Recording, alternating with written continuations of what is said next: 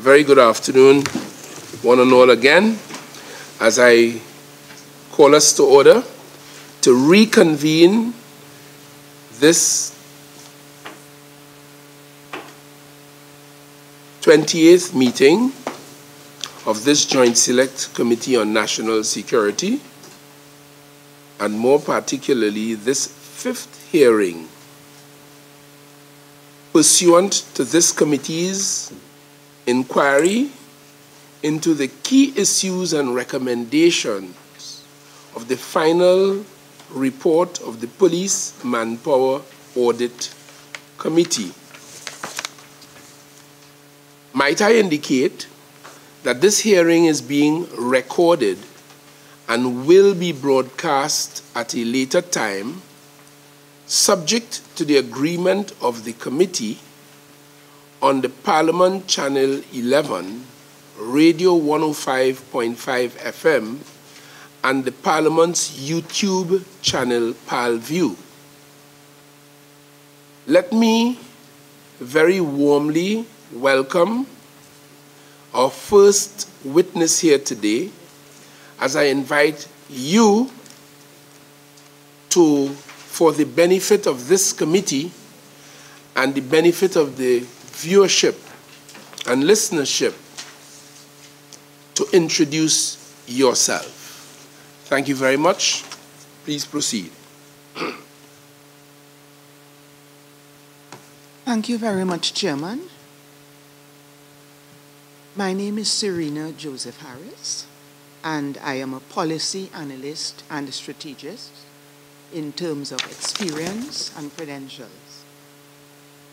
My purpose here this afternoon is to contribute to the work of the committee based on a number of years' experience in the area of police training, policy development, and specifically in relation to my tour as the former director of the Joint Services Staff College and a former ministerial representative on the Police Promotions Advisory Board. In those two particular capacities, I was called upon from time to time by policymakers in the ministry to review and attempt implementing the recommendations that have been identified by the present Manpower Audit team. So that I believe that based on those past experiences, there is much that I can contribute to the efforts of this committee. So, Chairman, I'd like to thank you, first of all, for having me here.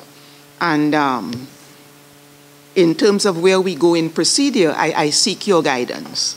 What I should add is that prior to receiving this document that is entitled Findings and Key Issues, Final Report of the Police Manpower Audit Committee, Manpower Strength Utilization, that is a 7-page document. I had, in fact, perused the entire report and prepared a stated text in terms of what I garnered from it as fundamental concerns. However, I tend to be guided now by this particular document that is before me.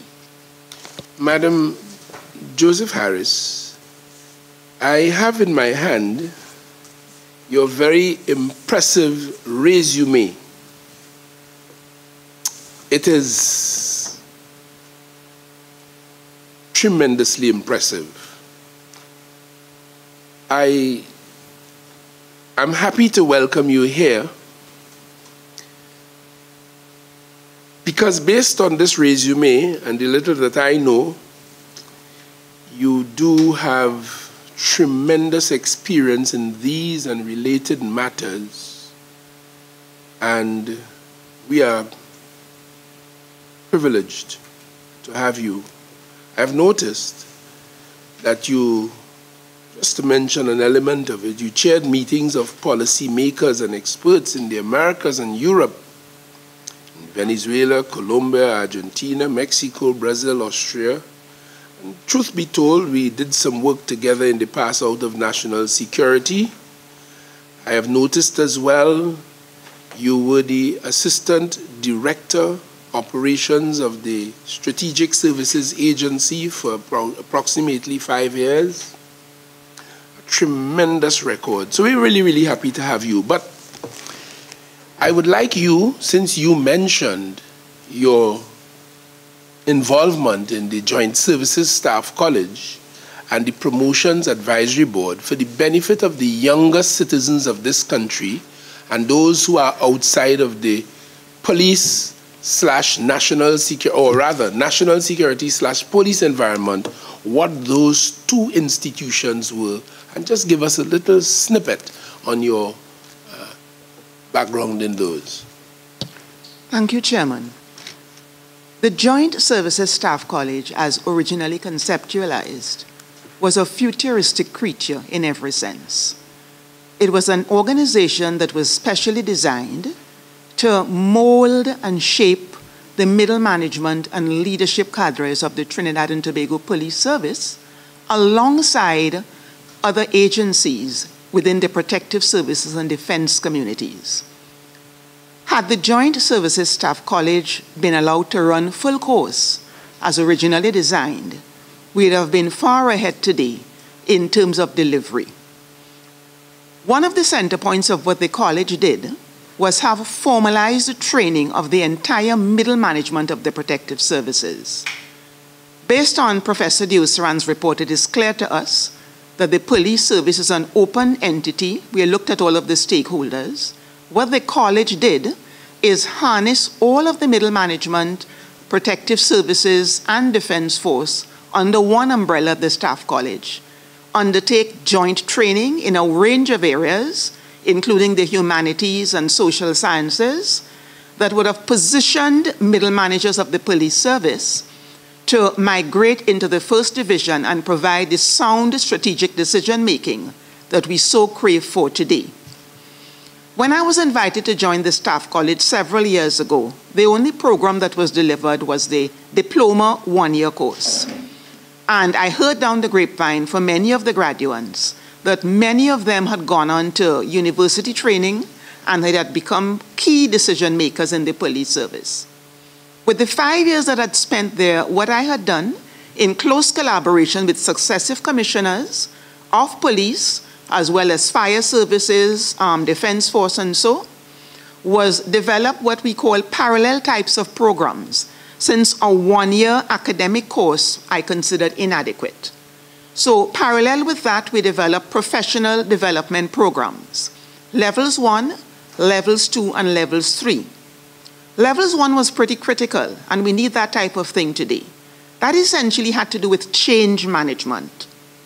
And because of the dearth of staff that the college had, because there was no full-time teaching faculty, neither was there a full-time academic faculty, what I did was have volunteers come in from organizations such as the Training Center, University of the West. In other words, I networked a lot.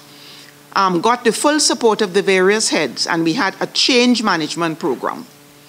Now, I'll pinpoint that a little because it gives a microcosm of something that could be expanded on as part of this whole transformative process.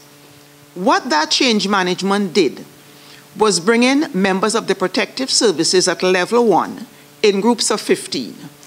So we'll have a fair distribution of persons from the prison service, the fire services, and the defense force, as well as police. And in groups of 15, over several weeks, we will come together, and we did what we call the fundamentals of change. Facilitators and presenters came in and taught them what change was all about. We put them through processes that one would normally go through to make you uncomfortable. We got them to sit in the same room in very confidential environment and talk to each other and say, what I do not like about you and your style. And at the end of the day, we cheered each other, and we decided that from now on, this will be a new team for the rest of our careers. And that sort of exercise covered the entire first division over a 3-year period. That was module 1 of professional development. Similar module was done for team building, similar module for the highest level, which was 3. The good news is we also did it with the commissioners, the respective heads. The then commissioner was kind enough to allow us the use of the floor, the 5th floor at headquarters, and we had all the protective services heads in, and we got them to agree on what change was all about, so that when this transformation came about, which has been tried and tried over and over again, by successive governments, they would have been positioned to know what it entailed, and we would have had that esprit de corps and core support. So all of this is relevant to the work of this present committee, because in parallel with the goodly professor and his able team are doing, we need to have an underpinning focus in terms of how we go about change, how we go about preparing everybody for change, because there is a human aspect to all that is being proposed in the report at hand. Thank you. And just a quick word on the PAB, just for the benefit of those who would not have been familiar with it, before we get into the meat of our Certainly, discussion Chairman. today. The Promotions Advisory Board, as then constituted, served as a forum for interviewing all ranks in preparation for elevation into the first division. The advantage of where I sat in those days was that, coming from the vantage point of the Ministry of National Security as a civilian, and having been in the research unit and administrative officer of Defense and Protective Services, I was able to pull on the viewpoints of how the establishment, quote unquote, saw the services. From the positionality of the Joint Services Staff College, one was then able to see whether or not training and orientation and various types of learned behaviors was then being able to harness and put into the academic. Sitting on the board alongside police officers, as well as the Police Service Commission representative, we were then able to share and exchange ideas as a board so that we combined all those various parts of the universe when an officer was in front of us, giving an account of his or her tenure. But above all, we had access to the files, so that before an officer came into the board to be interviewed, we had the experience of perusing files. And things would jump out. Sick leave, sick leave, sick leave, sick leave. You know, and we learned to be nice about it and to be very diplomatic. So we say, is there a health issue? No, ma'am, I'm fine. And we get down to the problems. And then we collaborated among ourselves. The members of the police service would talk about disciplinary issues. The members of the Police Service Commission would talk about policy issues. And of course, I would bring the concerns of the Ministry of National Security to bear in terms of how we put together all these different things to decide on an officer's deservedness to be elevated to the next level. So without wanting to sound a self-praise, the board as then constituted, in my view, a fair distribution of expertise and experiences that would inform an officer's suitability for elevation. This provides a perfect and wonderful opportunity to segue into the main issues that we are together today to treat with. Professor Deosaran's committee, the Manpower Audit Committee, did touch on the question of sick leave and identified it as a major problem in the police, with the police service. I am not as skilled and as trained in the business of management and human resource issues as you obviously are. But I did hear some time past that sick leave is a reflection of morale. Excessive sick leave, for precision, reflects the morale of the workforce in the particular organization. If that is true, and I'd like your comment before I open the floor, if that is, because the Deosaran's committee identified sick leave as a problem. And we heard from persons who appeared before us that, yes, there are officers who can spend more than 3/4 of the year, 80% of the year, off on sick leave, which has a very deleterious effect on the entire organization and its capacity to deliver prompt and reliable service to the end user, the citizens who cry out in pain.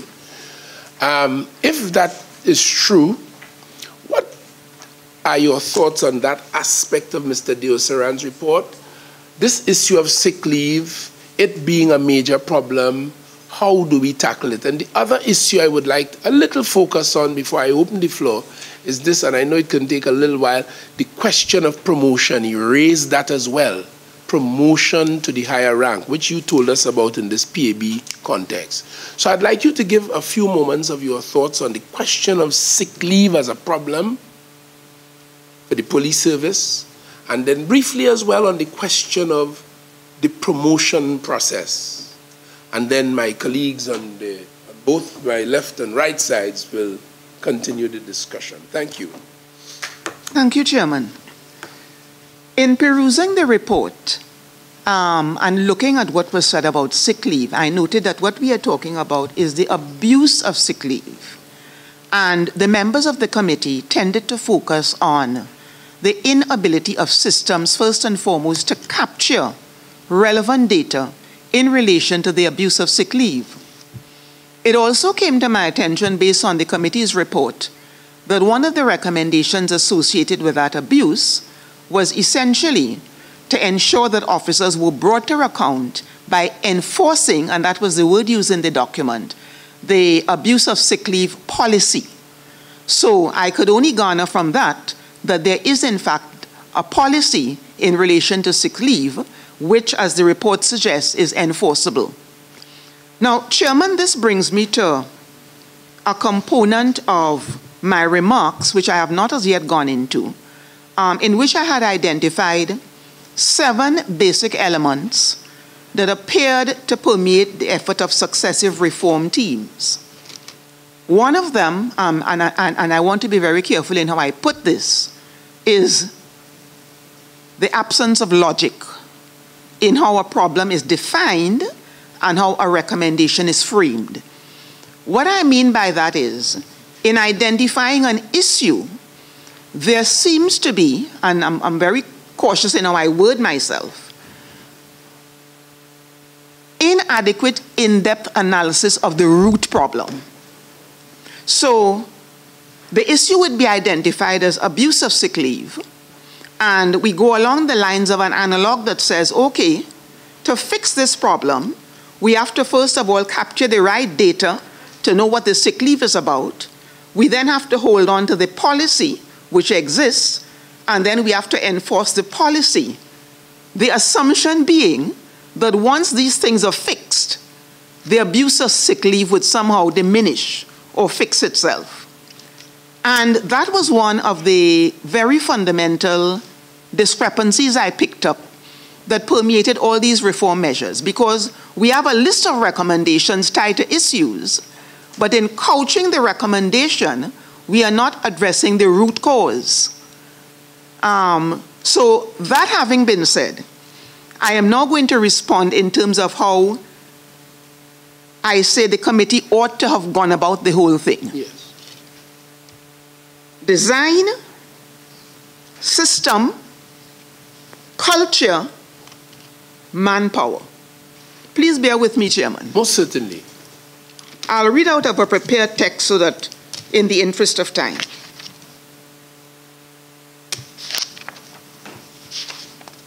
Firstly, none of the police reform projects in the past, including the present report, suggests a blueprint or a construct of what a modern police service is to be about. What do we want to see in 2030, in 2050, in 2080 and beyond? In other words, what is required in the DNA of the organization? In the interest of time, I would say what is required is genetic re-engineering. The organizational DNA of the future would have to be based on a new and different vision, and new and different core operating principles, systems that match expanding legislative boundaries, because the police service is an open, complex system linked to the rest of the world. In addition, it has to exhibit flexibility to overcome failing bureaucracies around it to which it is tied. Among these are the public service, the municipal corporations, to name a few. Furthermore, the police service is an open and complex system in the organizational sense that has to be configured for the future on what I refer to as virtualized infrastructures. Please bear with me, Chairman. This essentially means that in delving into a manpower audit, sequentially that may be premature, because at the end of the day, the manpower would depend on the organizing principles, the design, and the culture of the organization. So as we would say colloquially, it's the cart before the horse.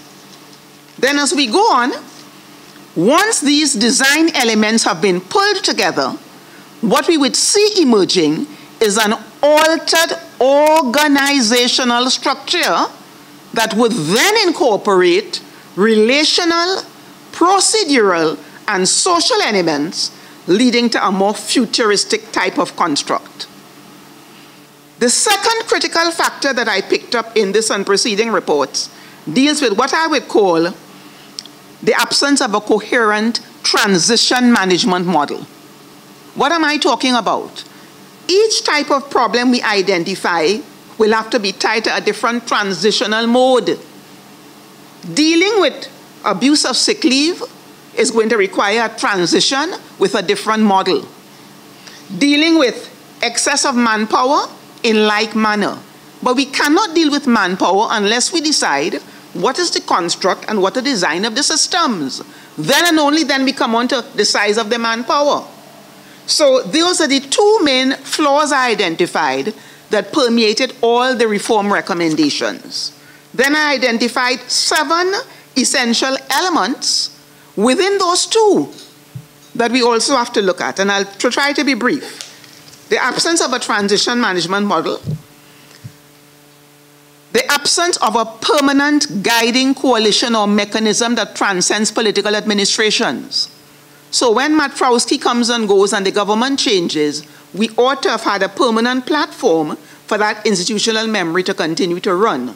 What I noted is that in many of the reports, we don't know what became of efforts that started. They were all lost. Number 3, the lack of representativeness of critical stakeholders. There are other members that should be on that transition team that are not there. Number 4, the absence of engagement with key stakeholders from the inception. DiPino from University of Texas referred to that in his appraisal of Matrowski.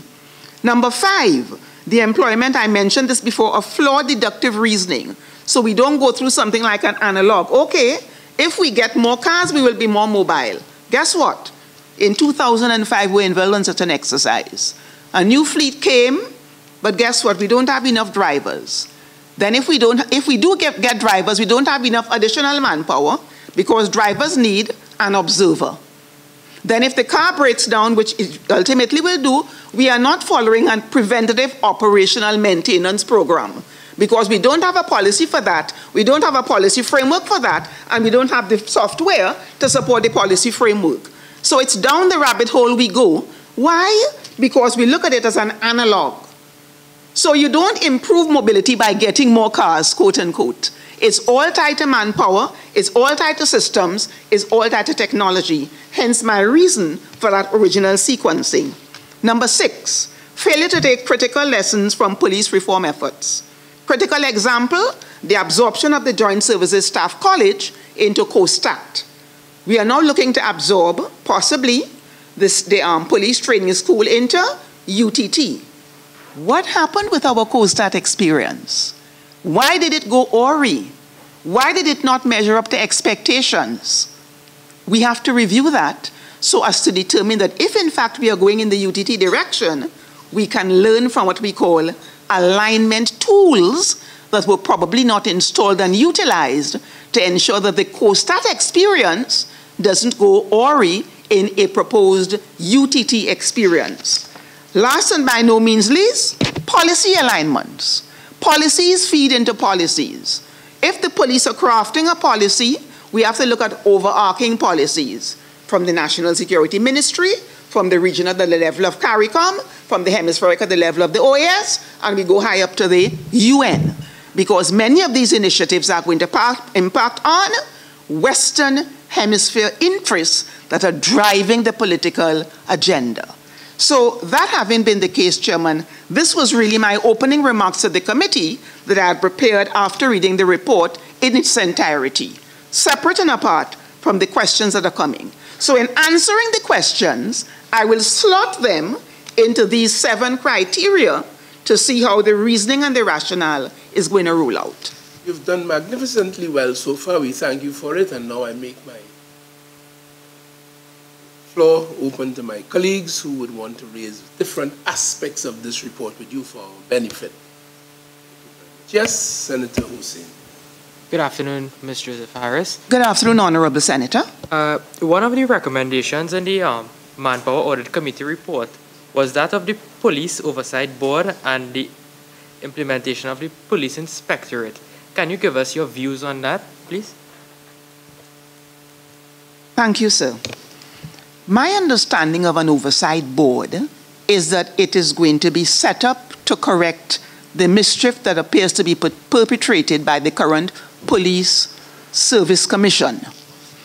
And I'm saying essentially that we have to work backwards in terms of why has the Police Commission failed and what remedies we are now going to introduce before we come up with an oversight body. And I go back to my initial remarks. In other words, we have to come up with what I call the design based on what we will want this oversight board to do for us.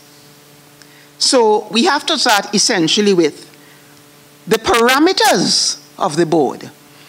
Are we expecting the board to merely attend to the appointment and the selection process of the police executive? Do we expect the range of responsibilities to extend to other areas? So essentially, we have to determine what is the scope of the board. We have to answer certain issues as to what extent do we prevent it from becoming political.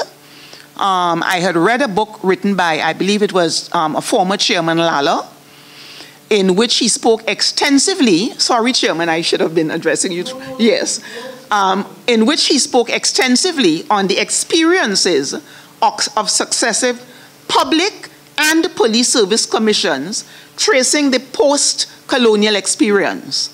And what came out very clearly is our preoccupation and probably valid concerns over political interference. And my take on it is that there is absolutely no way we could get away from it when all is said and done, because somebody has to make those decisions. However, what I see working for us is forums of this nature where we bring together elements of the government, the opposition, as well as other interests.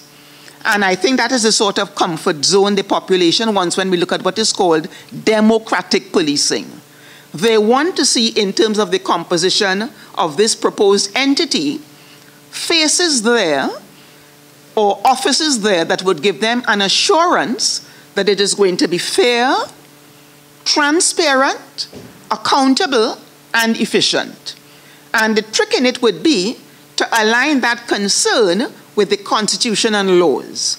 And I think that if we get the right people around the table to come up with that design that addresses the current issues and allays concerns in relation to political interference, perceived or otherwise, we're on our way. You asked me also about the inspectorate. Okay, I am less familiar with that aspect of it, but one of the things that I recalled jumping out when I looked at the inspectorate is the overlap or seeming overlap it may have with certain purviews of the current police executive as we know it. So once again, we are looking at alignments. So we come right back to what I'm telling you. It's about design, all right? And it could be done. There is software in place where you enter all of these things and you get it to scramble and you come up with proposed blueprints. Much of this could be done in terms of putting our heads together and brainstorming. So, I mean, I'm fully supportive of it, but we have to go about it in the right way. Come up with the design. The design would be based on the end state in terms of what we want resolved. Come up with systems to support the design, and then come up with, there's another area that I have, number 3, is culture And last but not least, manpower. I may get the opportunity to expand on culture in relation to maybe one of the other questions, because I don't want to overstretch myself at this point. Thank you, Senator. Good afternoon. Mr. Chairman, through you, Senator De Freitas is the name. I'm hearing you talking about cultures and systems and design, and it sounds actually pretty great, but I'm wondering if in the context of setting up something new that would work. And I've asked the question to other individuals who've appeared before us. There was a point in time where the systems, the checks and balances, and the institution that is the TTPS was working. Understanding that as time passes and as criminals become, I guess, more high-tech, or they change the way in which they operate, because for me, as far as I understand it, the relationship between the TTPS and criminality in general is like a predator-prey relationship, right? In the sense that as one develops, then you would see crime going up, and then the TTPS has to respond likewise to deal with that particular rise. The question that I'm asking is in the context of what you're suggesting. Do we not need to understand what the system is now, what the checks and balances were, and fix that? Because the last commissioner that we had in here, former commissioner, pointed out to us quite specifically that one of the biggest issues now is discipline in relation to the TTPS. Some of the things that were happening when he was police commissioner, I guess that would have been taken for granted at that point in time, is just not happening now. And what would have been lost is the institutional memory, so much so that when a police commissioner comes in, they are not aware that these things should have been happening. So it starts to deteriorate in a very minuscule way, and then it has a much greater compounded effect on the TTPS as an institution. And one of the examples he gives was the pocketbook, the keeping of the pocketbook, which had an important function. But unless at the top level, when a new commissioner comes in, understands that, and that particular function is allowed to deteriorate, then you see the effect the run-on effect that had when you get to the level of the judiciary, where they need to check the pocketbook to make sure certain things were being done. So as much as you're suggesting setting up a system and a design, what I am saying is, and I would like to hear your comments, is that there's a design already. There's a culture. There were checks and balances that worked. The discipline that made those things work may have started to deteriorate at some point in the past. We may not be able to pinpoint at this time. But can we not go back, look at what worked, and then start to fix that before you modernize the TTPS and make any changes? What are your thoughts on that? Thank you, Senator De Freitas. I agree with you. We do, in fact, have to revisit some of the former systems, but as with all systems, we can't get away from human agency. One of the suggestions that I had made in terms of how do we change the so-called culture and attitudes to discipline is curiously enough tied to the recruitment process. Now, I don't want to divert from your question, but indirectly, that is one of the avenues where incrementally we could begin to change the culture by looking at the quality of officer that we are taking in now. But I do agree with you that this is an opportunity for us to revisit systems in the past that have been working, but in visiting systems that have been working, we need also to have a culture shift in terms of the officers who are responsible for ensuring that the systems are in fact put to full effect and are in fact enforced. Because we may have the systems existing on paper, but the systems need to be enforced. So it brings us right back. We still have to rely on human agency. And there is where the professional development programs, as one example, were able to assist, because when police officers come for training and reorientation, we get the opportunity to share and exchange ideas, and they're able to communicate in an atmosphere of trust what their issues are, and they may leave very well more motivated and encouraged. So I'm saying, yes, I agree with you wholeheartedly, but at the end of the day, in revisiting those systems and mechanisms of the past that worked, we also have to appeal to the officers who are responsible for operating them and enforcing them. That that ties in specifically to the training that you identified, but also the checks and balances. From a very basic standpoint, the way the system works is that someone comes into the system, they follow particular procedures that are laid out. There are checks and balances to make sure you stay within those boundaries. And the checks being that you stay within those boundaries, and the balances being that you are corrected if you come outside of those boundaries. Where the balances break down and the checks break down, then is when you have the system breaking down. So what I'm saying is that we know as a nation and as a culture, if you take somebody from Trinidad and Tobago and you put them into a situation, let's say in any developed country, where those checks and balances and systems are very robust, they fall in line with that culture very quickly. For that very same reason that I just identified, there's checks and then there's a balance. So as much as you're saying that the human aspect is there, the question I now ask is the chain of command.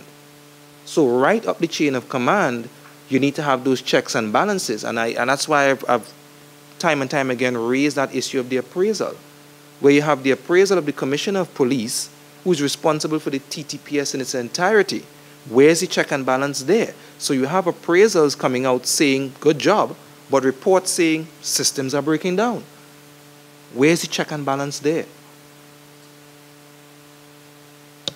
One of the things, I'm glad you mentioned systems in the first world. One of the things that may be helpful to us here is that there's a way of establishing what are called audit trails.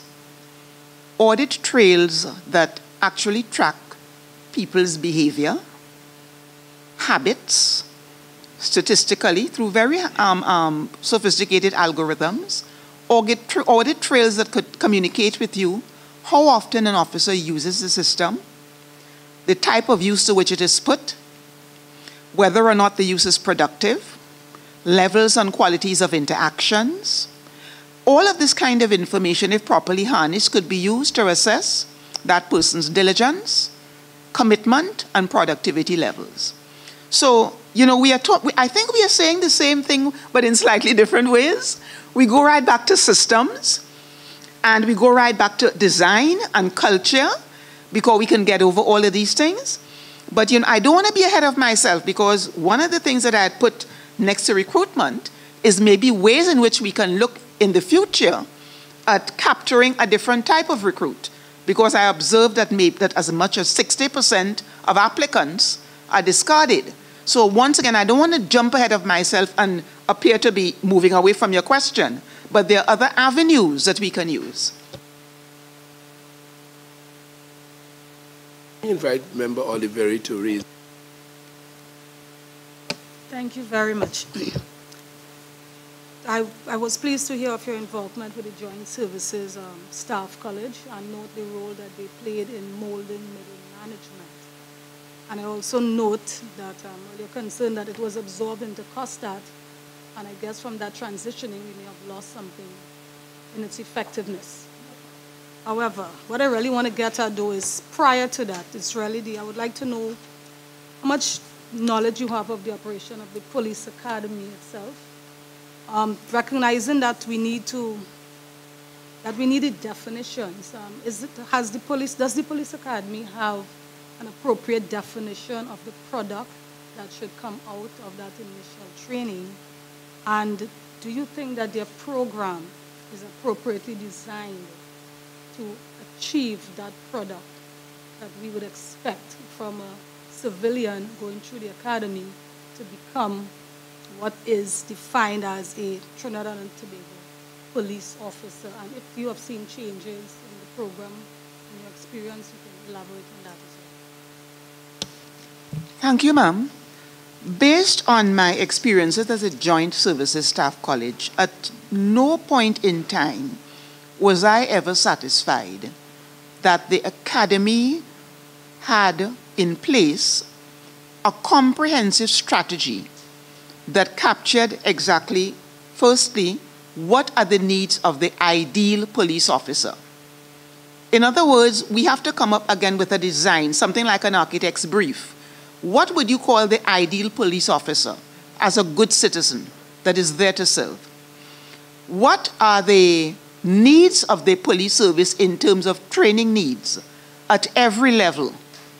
What relationship or convergence does the Academy have with the Police Human Resource Department? Do we have mechanisms in place for each police officer where we have captured electronically a career path plan? While I was at the Staff College, from time to time, we would have extended ourselves to the Police Academy and Human Resource with a view to coming up with some sort of a formula where we could have, in those days I believe it was just over 5,000 on roll, police officers in a huge database. And for each officer, from the rank of constable to the commissioner's chair, we can track your progress in terms of a learning curve, in terms of what are your training needs. What would you like a police officer at his best to be like, and what are the skills needed in terms of human life skills and in terms of academics? When he reaches to the level of constable, what would he have satisfied? Ma'am, regrettably, despite repeated outreach, we have never attained it. And I think that now is a good time for us to come up with that definition, rank by rank, as to what is required at every level and how we could capture those needs with officers. One of the suggestions I had made at the Staff College is what is called a call-up system. What do I mean? It was a layman's expression. It means that for every constable on roll, we have to ensure we have that contact with them in training at least 3 or 4 times a year, possibly less. So in other words, you keep in touch with what they are doing, what their training needs are. And going through training would be something as a matter of course. You need to have a call-up system to ensure that while a constable or while a corporal, I have to cover X, Y, and Z. So you have to go through, it has to be mandatory, in other words. It has to be institutionalized. Unfortunately, we were never able to do it for a range of reasons. The lack of convergence between the academy and human resource, the inability, again, to capture information, which brings us right back to designs and systems, and again, the culture, which I suspect is a lack of will, to roll up your sleeves and do some hard work to make it happen.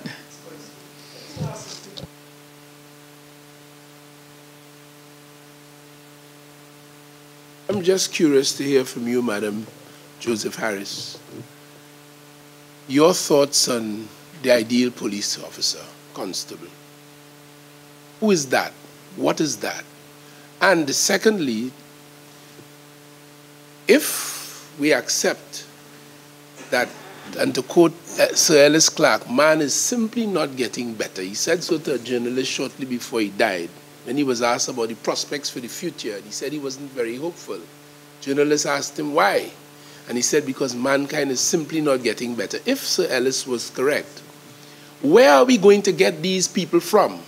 The focus will have to be on the training, because if you rely on getting it from out there, you will have a problem. And I would like to hear your thoughts on what constitutes this ideal police officer, given all of your years of exposure in this world, in the world of policing and strategy and intelligence. Thank you, Honorable Minister.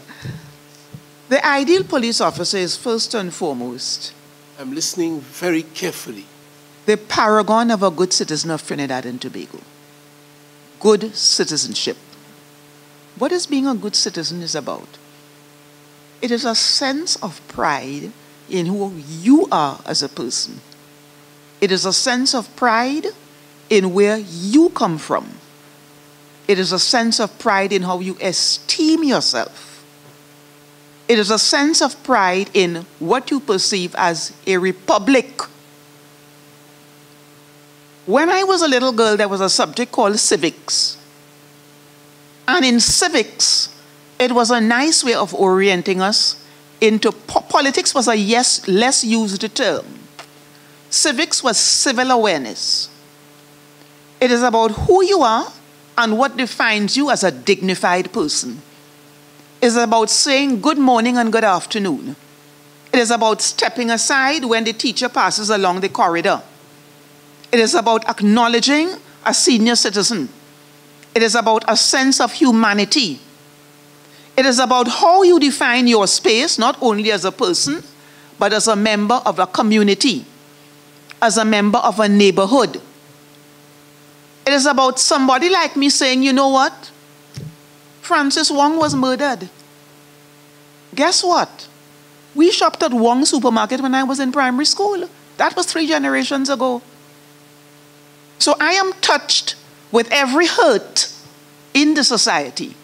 And that is what we need in a good police officer. It is about having a sense of awareness of world affairs. Out of one's own motivation, you go on the internet and you see what is going on all around the world. I do it every day. From Russia to Serbia to Canada to Iceland to Greenland. My day is not complete unless I am in tune with what is going on in every part of the world. No one pays me for it. And a good citizen or a good police officer has to come to that point where you realize to be what I have to be at my best is not necessarily tied to remuneration. It is about that crave and that urge that drives you to peak so that when called upon for anything, you are at your best because you are prepared. That product is not coming out of the school system. And I'm tempted to go into recruitment because the suggestions that we had made at the college is that to get this ideal citizen that we are looking for to be a good police officer, maybe one of the things we could have introduced is something called, I use the word guardedly again, a cadetship program. What we mean? School leavers going through a very general program in life skills, coping skills, conflict management, various types of diversity studies, life-saving, things that make you a good and productive member of the community. And if we have a way of somehow harnessing that pool that is there, as often as recruitment has to be done for the police and even other arms of the services, we have a ready-made pool of molded people that have gone through certain types of training that have been cycled and molded into what being a national security agent is all about. You don't have to be a police or a prisons officer. You could be in the Coast Guard, whatever. This is what the old-time brownies and Girl Guides and Scouts used to teach you.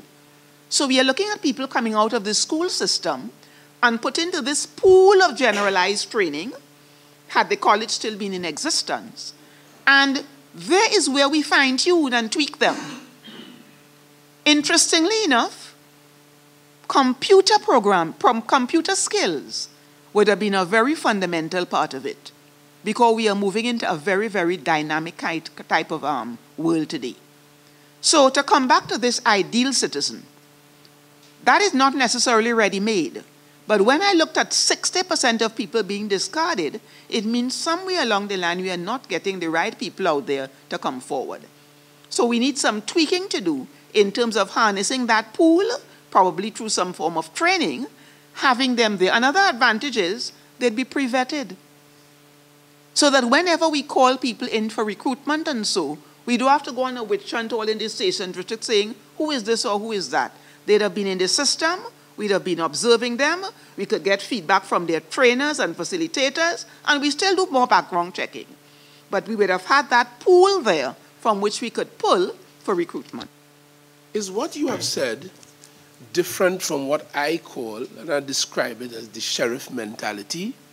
Because I had the benefit of working for 3 days with police officers in Fairfax County some time ago. What I observed from police to sheriff, meaning the ones who manage the prisons where we take people when they are arrested before they go to court, they had all an attitude. They said it to me. This is our turf. This space, this block I'm patrolling is ours. And we are responsible for keeping law and order in this block. And no one must come into this block and do anything contrary to the standards, the law that we are protecting in this block. I called it the sheriff mentality. Is what you have said different to that? And if it is different, to what extent? And what is the value of that mentality as it relates to law enforcement? Thank you, sir. It's vastly different. What I'm talking about is civilian type of exposure, or its orientation. We're looking at school leavers going into a program at JSC, which is not a police establishment, mind you. I don't know if I explained myself adequately. This is a civilian environment. Yes. Full well, and admired your description of it. However, I was making a point that they are quite successful at policing their blocks, Fairfax County. And that is the leading mentality that I observed. It is about imposing the law and keeping this block in order. That is what I was aiming at, and I was wondering whether you saw any value in that kind of approach as it applies to law enforcement, or whether you yield to the description that you had given. I was just putting them together. Thank you, sir. I yield to my former description.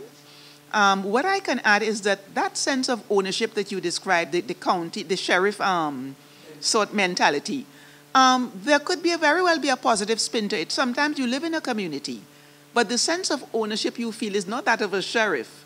It's more one of empathy. You know, it's an extension of me. Yes. Thank you, Chairman. Good afternoon, Ms. Joseph Harris. Thank you for being here.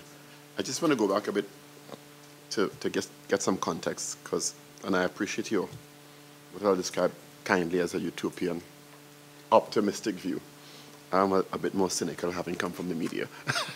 But can I get a sense from you, based on your involvement in the Police Advisory Board and also the Police Promotion, the Joint Service Staff College, about the type of data you may have been able to access to see how those agencies, at the time they were in operation, impacted the operation of the police service at that time?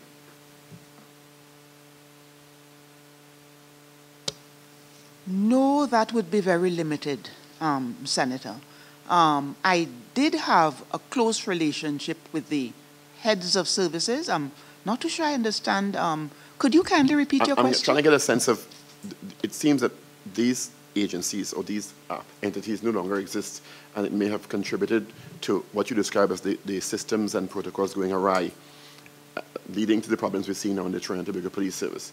So I'm trying to get a sense of if there is a reference point for the impact these types of agencies had when they were in operation within the TNT Police Service and other law enforcement agencies, particularly the Joint Service Staff College and its impact on management training at the mid-management level at the police service or other agencies. Well, one of the focuses that we had was what was called joint training.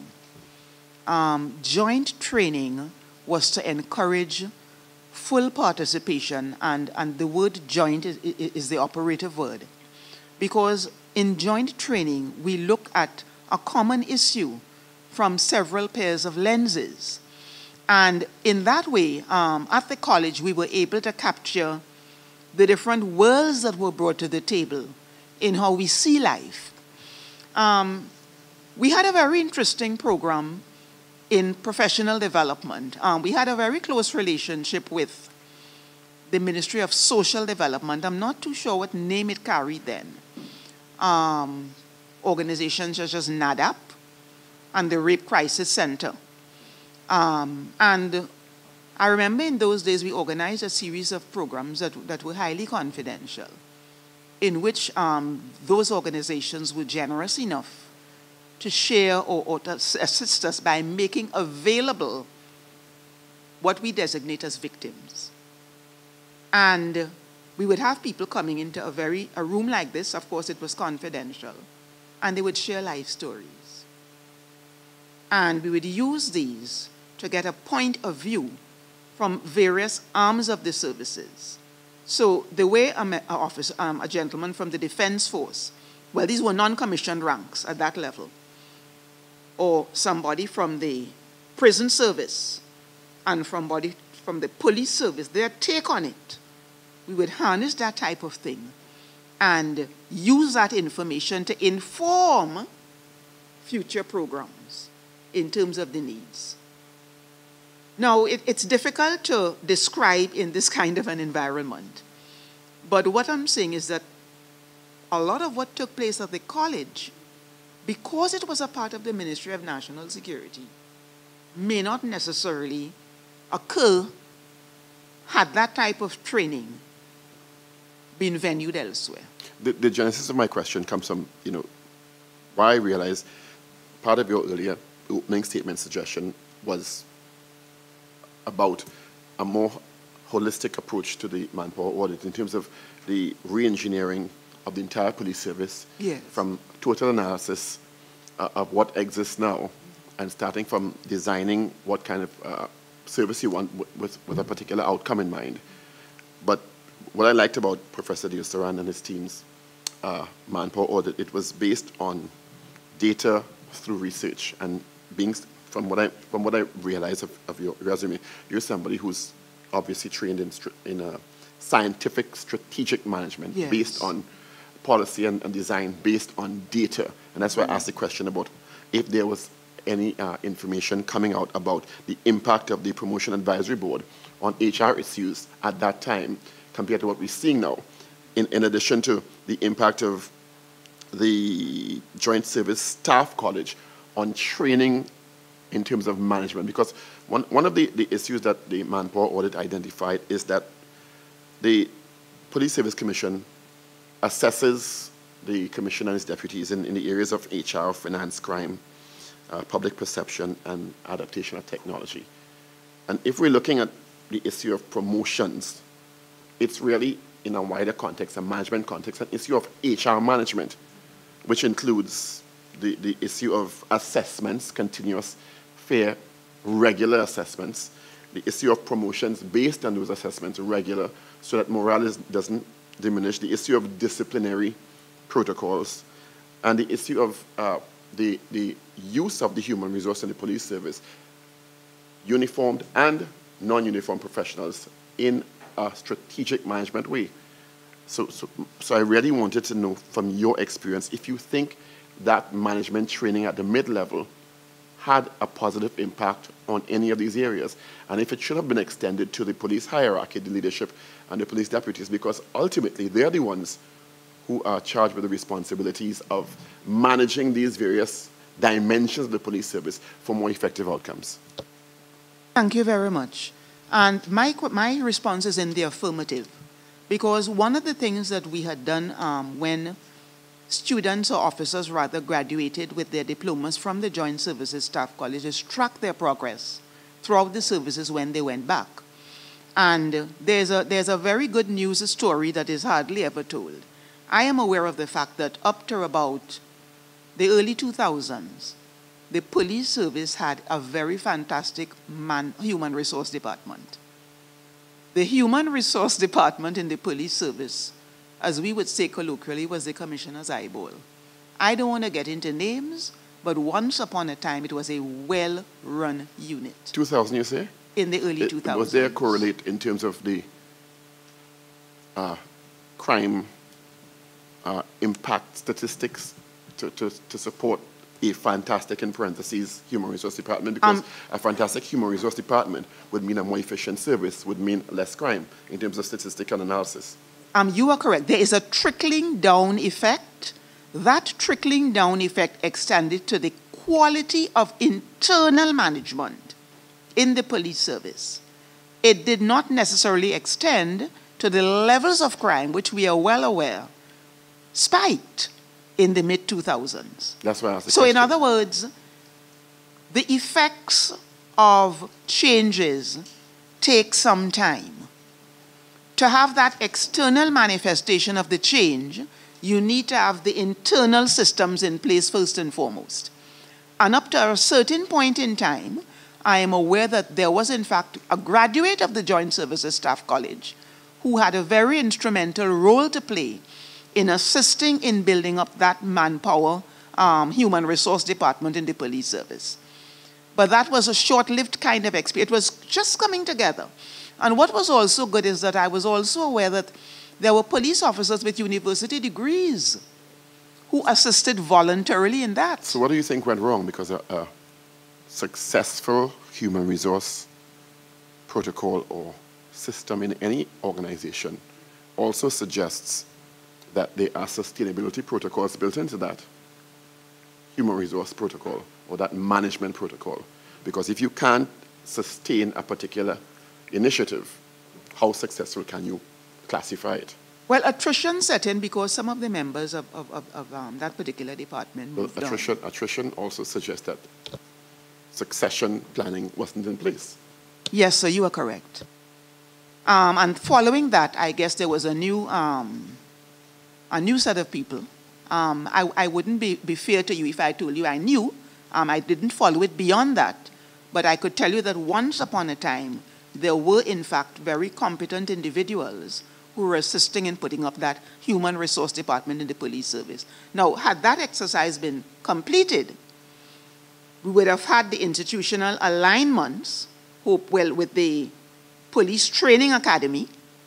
Of course, we no longer had the Joint Services Staff College. What we had coming into place was the Special Anti-Crime Unit, in which there were specific academies set up to see about formalized training within the national security community. So I'm saying that, many of these attempts at reforming the service got on the way up to a point in time, but then they took a different course as organizations appeared, as organizations receded, and as individuals came and went. Let me to my next question. Based on that and your experience so far, do you think the present assessment protocols and dimensions of the Police Service Commission in terms of assessing the police commissioner and his deputies for what, in your experience, would be effective law enforcement agencies regionally and globally are in line with what we need now? Because if what you're saying we take as accurate, then the police leadership must have the kind of training, management strategically and otherwise in the various dimensions in which they're charged to through data-driven policy design, craft the direction for the service. And what are the shortcomings, if you can identify them? Thank you, sir. One of the aspects of the report is that I didn't think it was sufficiently expansive on the capacities of already existing structures that are capable of contributing to that overall training picture. We need to look at what exists now around us with the capacity to deliver what we call so-called police training as part of the wider security sector reform. Because I'm aware of the fact that capacities and facilities do in fact exist. Even before we move on to the UTT, we should look at what transpired over the last 15 years in terms of what kinds of institutional capacities are in existence. And could we not revisit some of those facilities and capabilities and then put it into the broader context of a training strategy that is centered, it's not centered right now. It has no core in terms of where it resides. So in your experience and credentials, is the issue one of competence at the leadership level, structure, or policy?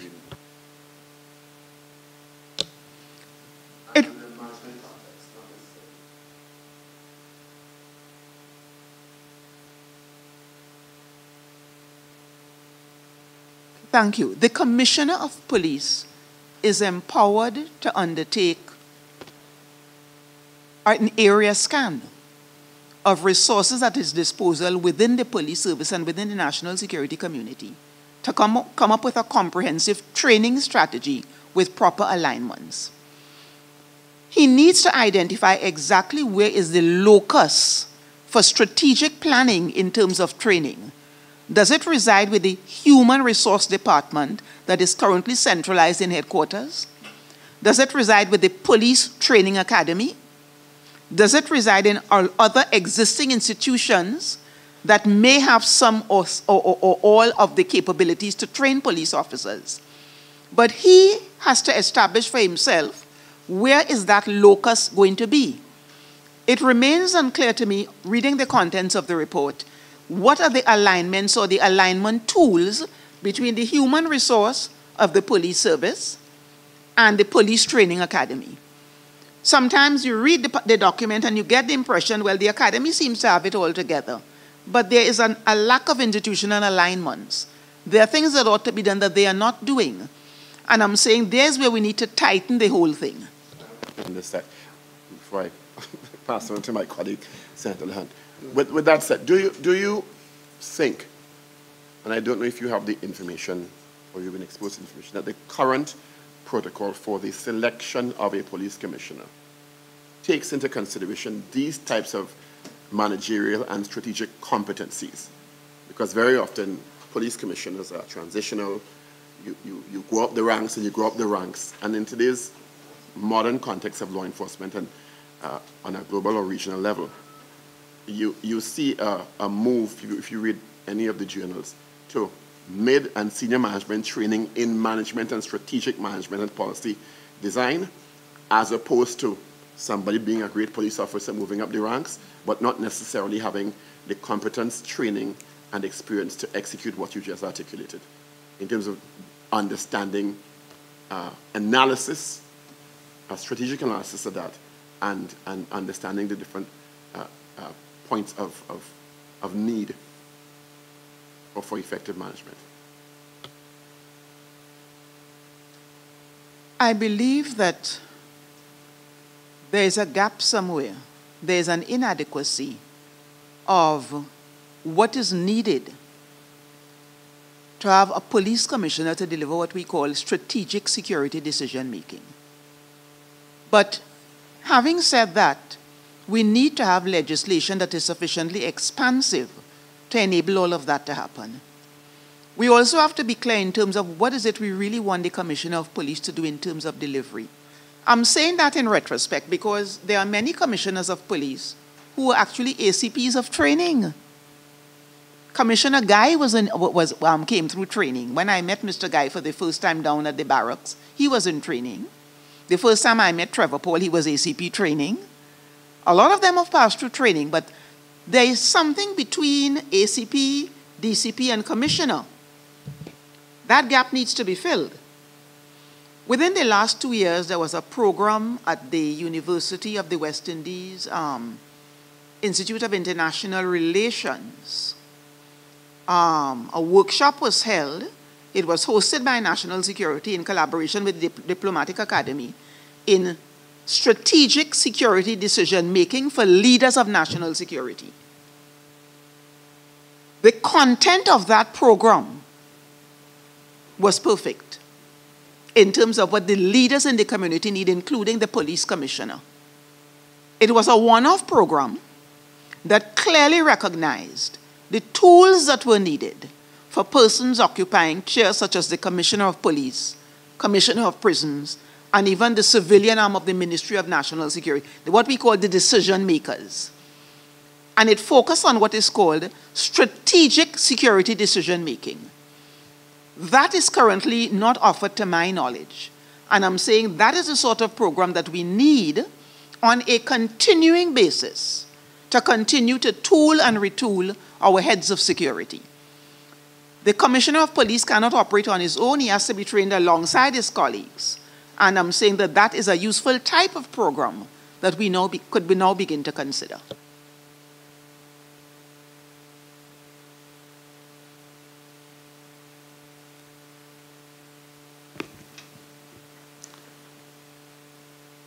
I recognize that. So are you making the point based on what you just mentioned, and in the essence of time?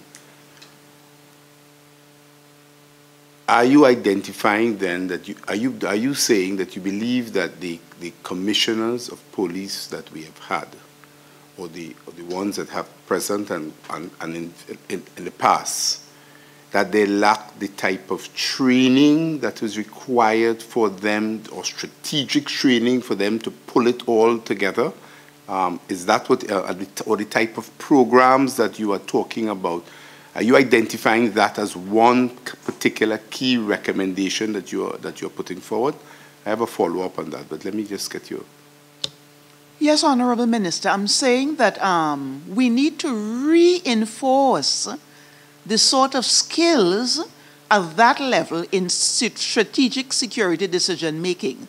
And what makes me say so is because having been exposed to one such program within the last 2 years that was hosted at the Diplomatic Academy, specifically designed to fine-tune those skills among heads and decision makers in security, I came to a recognition that this is exactly what we needed.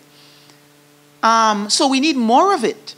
I'm saying that, successive commissioners would have benefited greatly had programs such as that been made available over the years. And based on the structure that we have, that is in place, where you have the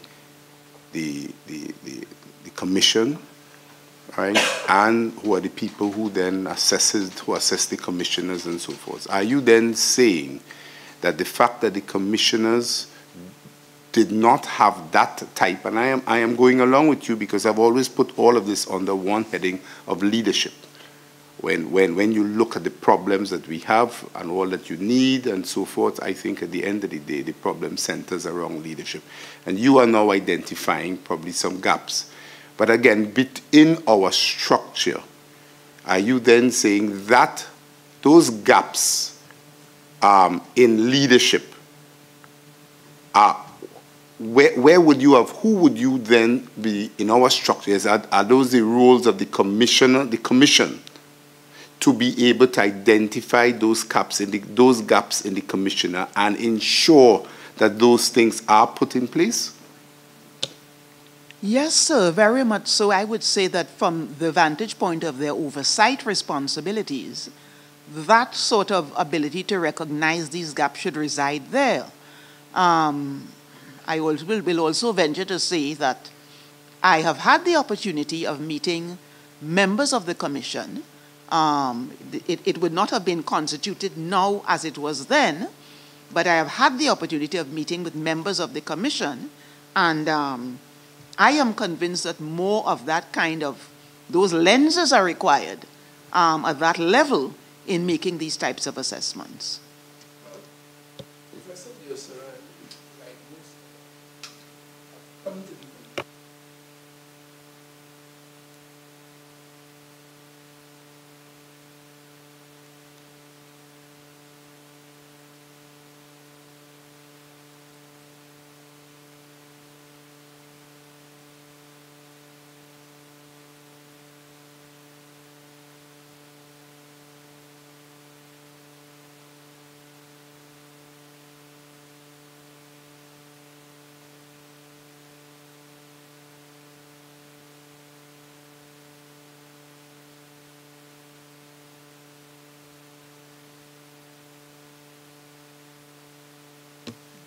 representation requirement. He thinks that there is great cynicism and mistrust for politicians, but he thinks that, as you submitted today in other language, that at the end of the day, it will come down to some political involvement. And he is proposing in that, and the report at page 170 treats with it, but when he made his submissions before us, he filled in the blanks. And he said, by being representative, Mr. Chairman and members, we mean that the government would have 4 persons selected on this oversight board, 1 by the opposition, 1 by the Police Social and Welfare Association, 1 independent person, and there's another one to make 7 in numbers, and the president will choose which one will be the chairperson. And then he goes on to explain what he means by representative and so on. And this oversight board will set standards and policy and strategies. And of course, the police commissioner continues to be supported by his executive inside of the organization. And then there'll be this police inspectorate, separate and apart from the police oversight board, that will check on these standards to see whether the police service is maintaining the standards set by this oversight board. Now, that was one of the ways, and I think I found some agreement with you. In respect of just by way of comparison, in respect of the regiment, because as it now stands, police officers from constable up to the rank of inspector or assistant superintendent, they must do examinations. They must do examinations. Once you're talking about the rank of ASP and above, the commissioner, it's no longer about exams. It's purely on the basis of, as it now stands, I gather, academic qualification and an assessment process that they must undergo.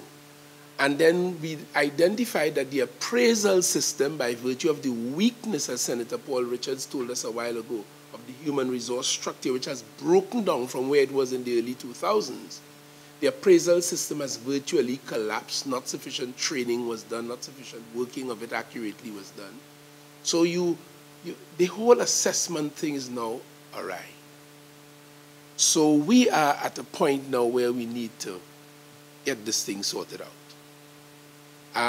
Insofar as the defense force, by way of comparison, is concerned, once you get to a certain rank, once you're going to become an officer, you enter the job, you did the basic training, and you know from the very start you will become one of the commissioned ranks.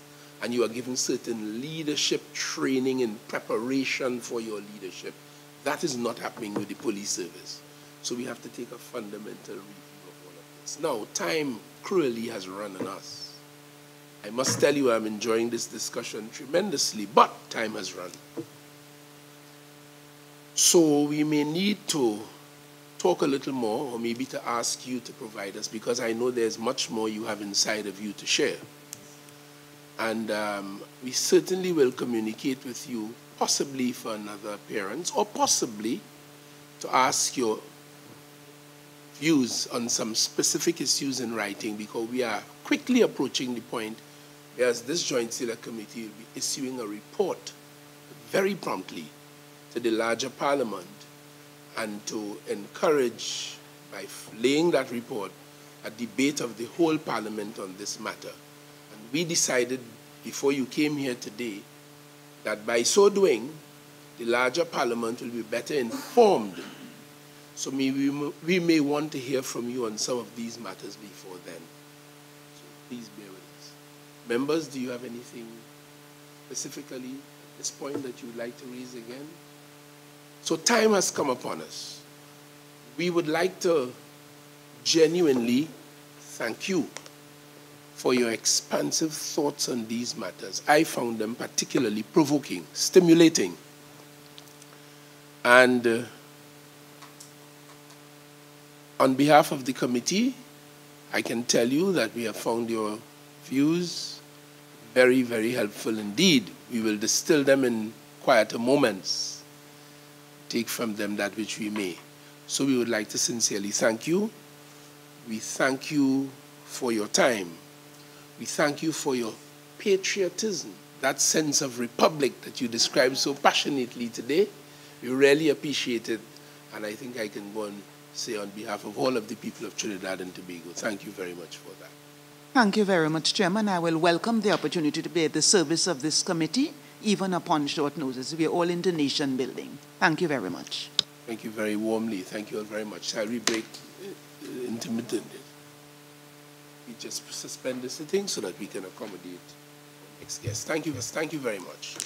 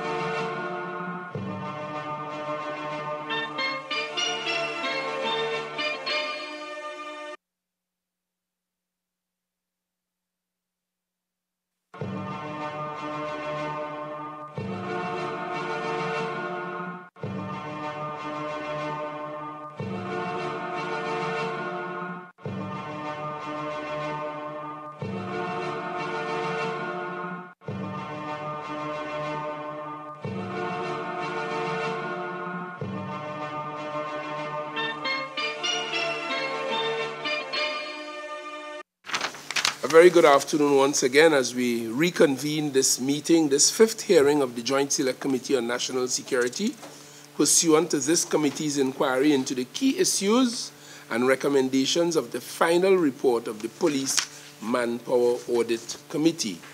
I might, for the benefit of those who may not have been aware, indicate that this hearing is being recorded and will be broadcast, subject to the agreement of this committee on Parliament Channel 11, Parliament Radio 105.5 FM, and the Parliament's YouTube channel, ParlView. Let me welcome Mr. Wayne Dick, retired Deputy Commissioner of Police. And just for the record, Mr. Dick, I would ask my colleagues to introduce themselves, starting with Madam Oliveri. Good afternoon and welcome. Nicola Olivier, member. Good afternoon. Saddam Hussein, member. Good afternoon. Nigel De Freitas, member. Good afternoon. Paul Richards, member. Robert Lahunt, member. Good afternoon. And of course, I am Fitzgerald Hines, chairman. And I introduced you as recently retired Deputy Commissioner of Police.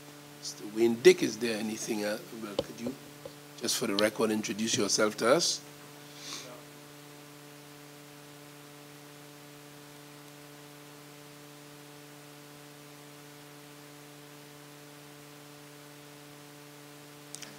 Thank you very much. How many years, Mr. Dick, by way of first steps, how many years you spent in the Trinidad and Tobago Police Service?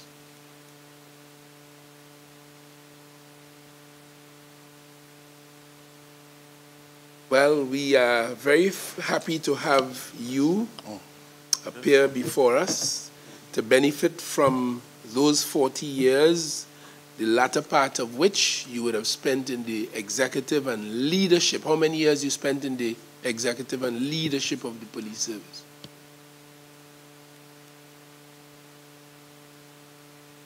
Say again? Well, Mr. Dick, we would have sent to you the key issues coming out of the final report of the Police Manpower Audit Committee, led by Professor Ramesh Deosaran. And that committee reported, we sent you excerpts of their findings, and we directed you to the website where you can have had access to the entirety of it, and we know that you have made use of it. So we welcome you, and we would like to get the benefit of your thoughts on some of the matters raised. We have had before us former Commissioner James Filbert. We've had former Commissioner Paul. We have had former Ministers of National Security, Basdeo Pandey, former Prime Minister as well, and Mr. Overon Padmore. We are expecting the leadership of the police service as now constituted on our next meeting, as well as the Police Social and Welfare Association, and we have benefited greatly for our interface with them. We would like you to tell us, by way of our start today, what do you determine are the top 3 issues as an operator in the police service, from the belly of it? What are you, in your view, are the 3 top challenges afflicting the police service? I'm sure your answer would find place in this report, and we would elucidate upon them. What, in your view, are the top 3 challenges, issues facing your Trinidad and Tobago police service that has led the public to the point now where confidence is sorely lacking? Not only confidence from the standpoint of the integrity of officers, but also a lack of confidence in the context of the ability of the police service to solve crimes and to respond to the cries of the citizen. What, in your view, are the 3 top-shelf issues afflicting the police service today? The first being leadership.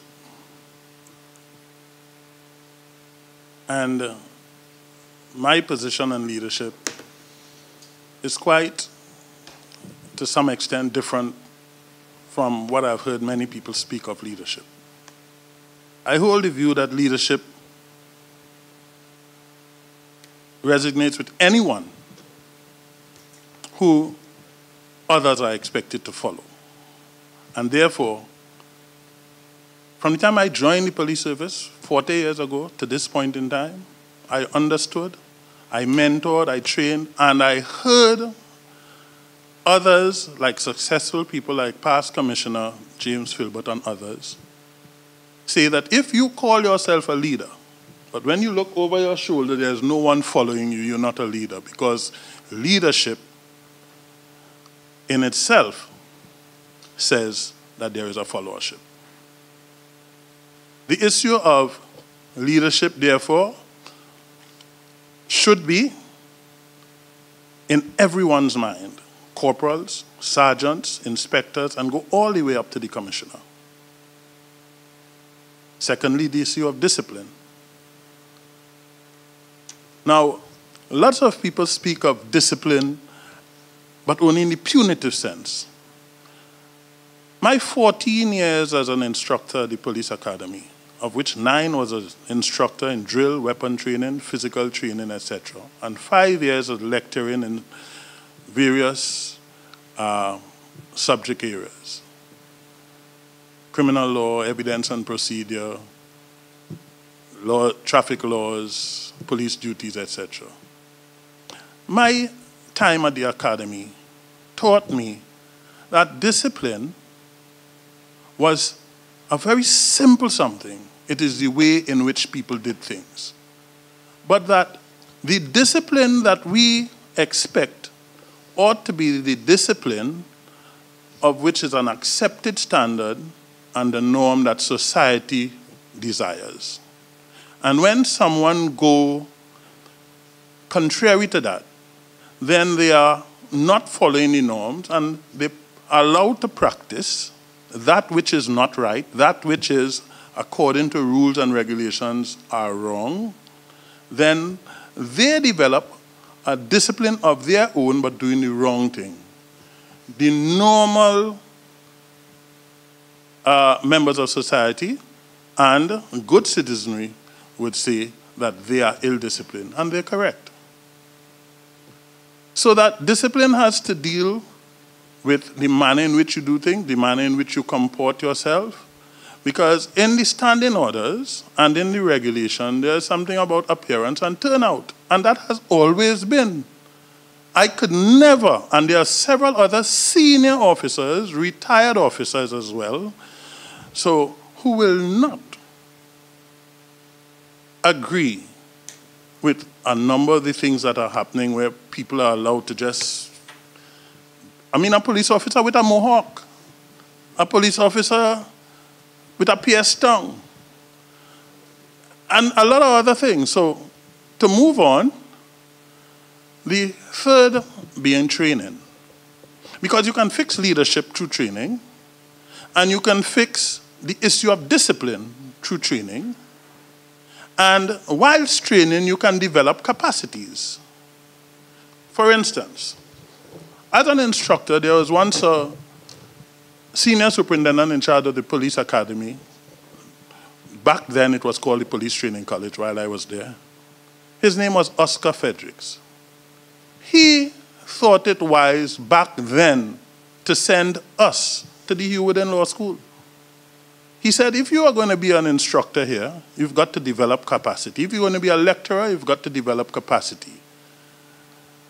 He says, and he was correct, because by going to the Heward Law School, one, and also by going to Valsayn Teachers Training College, which he arranged during the summertime while they were on vacation, he arranged for all instructors, drill instructors, and school lecturers to attend a 2-month session at the Valsayn Teachers Training College so that we could learn what is necessary in teaching, in preparing programs, We would understand the difference between goals and objectives and how to prepare plans, lesson plans, and so on. And those are the things that we did. But people who did not or weren't the beneficiary of that kind of training back in those days, they weren't aware, so that the problem started. Now, where did the problem start? Lots of people will speak of, and I endorse it, of the police service having a brain drain. The police service is losing in terms of its capacity of knowledge. That is so. Why? One, you have police officers attaining the retired age of retirement. You have police officers who have given up and they're just on the job, because in the report I saw the Professor Deoshan and they make mention of that. And I put a footnote next to that when there's a suggestion that we should make an offer to pay them off. But you know what? Mr. Chair, if you are slack and you are along in this job for an easy ride, why must you accept $30,000 or $300,000? I'm just figuratively speaking. And why must you accept that when you know that by the time you pay your bills, that's done and you wouldn't have any money to survive? And given the economic climate of the day, within not just Trinidad, but worldwide, you're not going to get a job that easy. So I don't see that as the fix. What I see as the fix is the issue of building the capacity, holding people to account. Let's start how we do the accounting. Let's start, my suggestion is, the Commissioner of Police needs to sit with his 3 deputy commissioners at least once per week. I hold that view, and I maintain that. I have held it while I was working, and I continue to hold that view. In any company, the owner of the company and the directors of the company must sit and discuss. And if that doesn't happen, then every system that you are expected to account for falls down. And that's where we are with the police academy, with the police service. One. Secondly, induction training. That's when you now come into the police academy. I recall Randolph Burrows. He visited one day when people came to join the police service. And as instructors, we are all smartly turned out, our uniforms, we are well cut, and we are standing there. People came to join the police service without ties. And Mr. Burrows asked them where they're going. He stood at the main gate. And he gave us instructions to turn back everybody. Now, while some people will want to talk about human rights and so on, you know what? Rules and regulations are put in place because there's a purpose. And there are systems that you must follow. And if one is allowed not to follow systems, not to concur with rules, not to adhere to rules and regulations, then one is allowed to become ill-disciplined. And over time, that ill-discipline becomes a habit, and then the systems break down, and then we come to what we are having here now. We sit around here trying to fix it. We shouldn't be trying to fix, we should be trying to build. So my simple point is, if we fix it from within, building capacity, setting the ground rules, and saying this is what it is, then from there we could start to improve. You raised a very interesting point about persons, and it was identified in the report, who one go slow. They have given up on the job. They are in the job, but they are on pause. From your knowledge and experience, in percentage terms, Are you able to give us an indication as to, at a glance, whether that is a significant problem or it's a minor issue? And if you wish to put a figure to it, it would be very interesting to hear from someone who worked in it up to recently, very, very recently.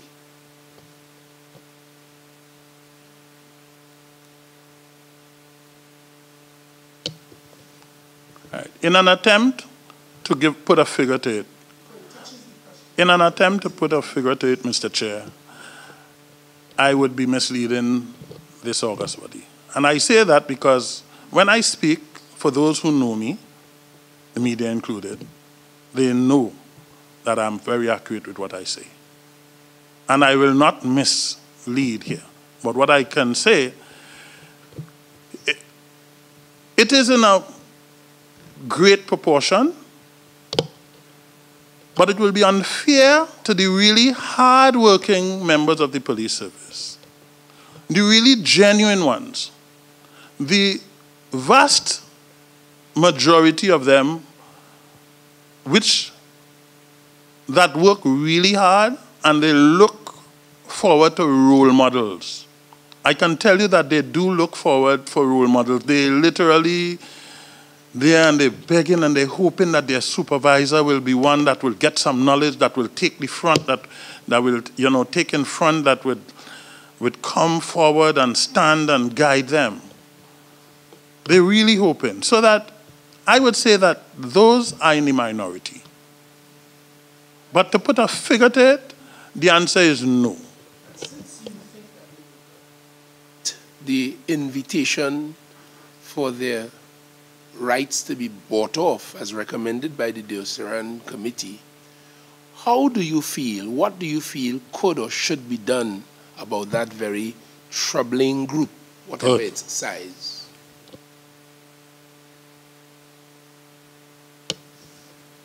Good.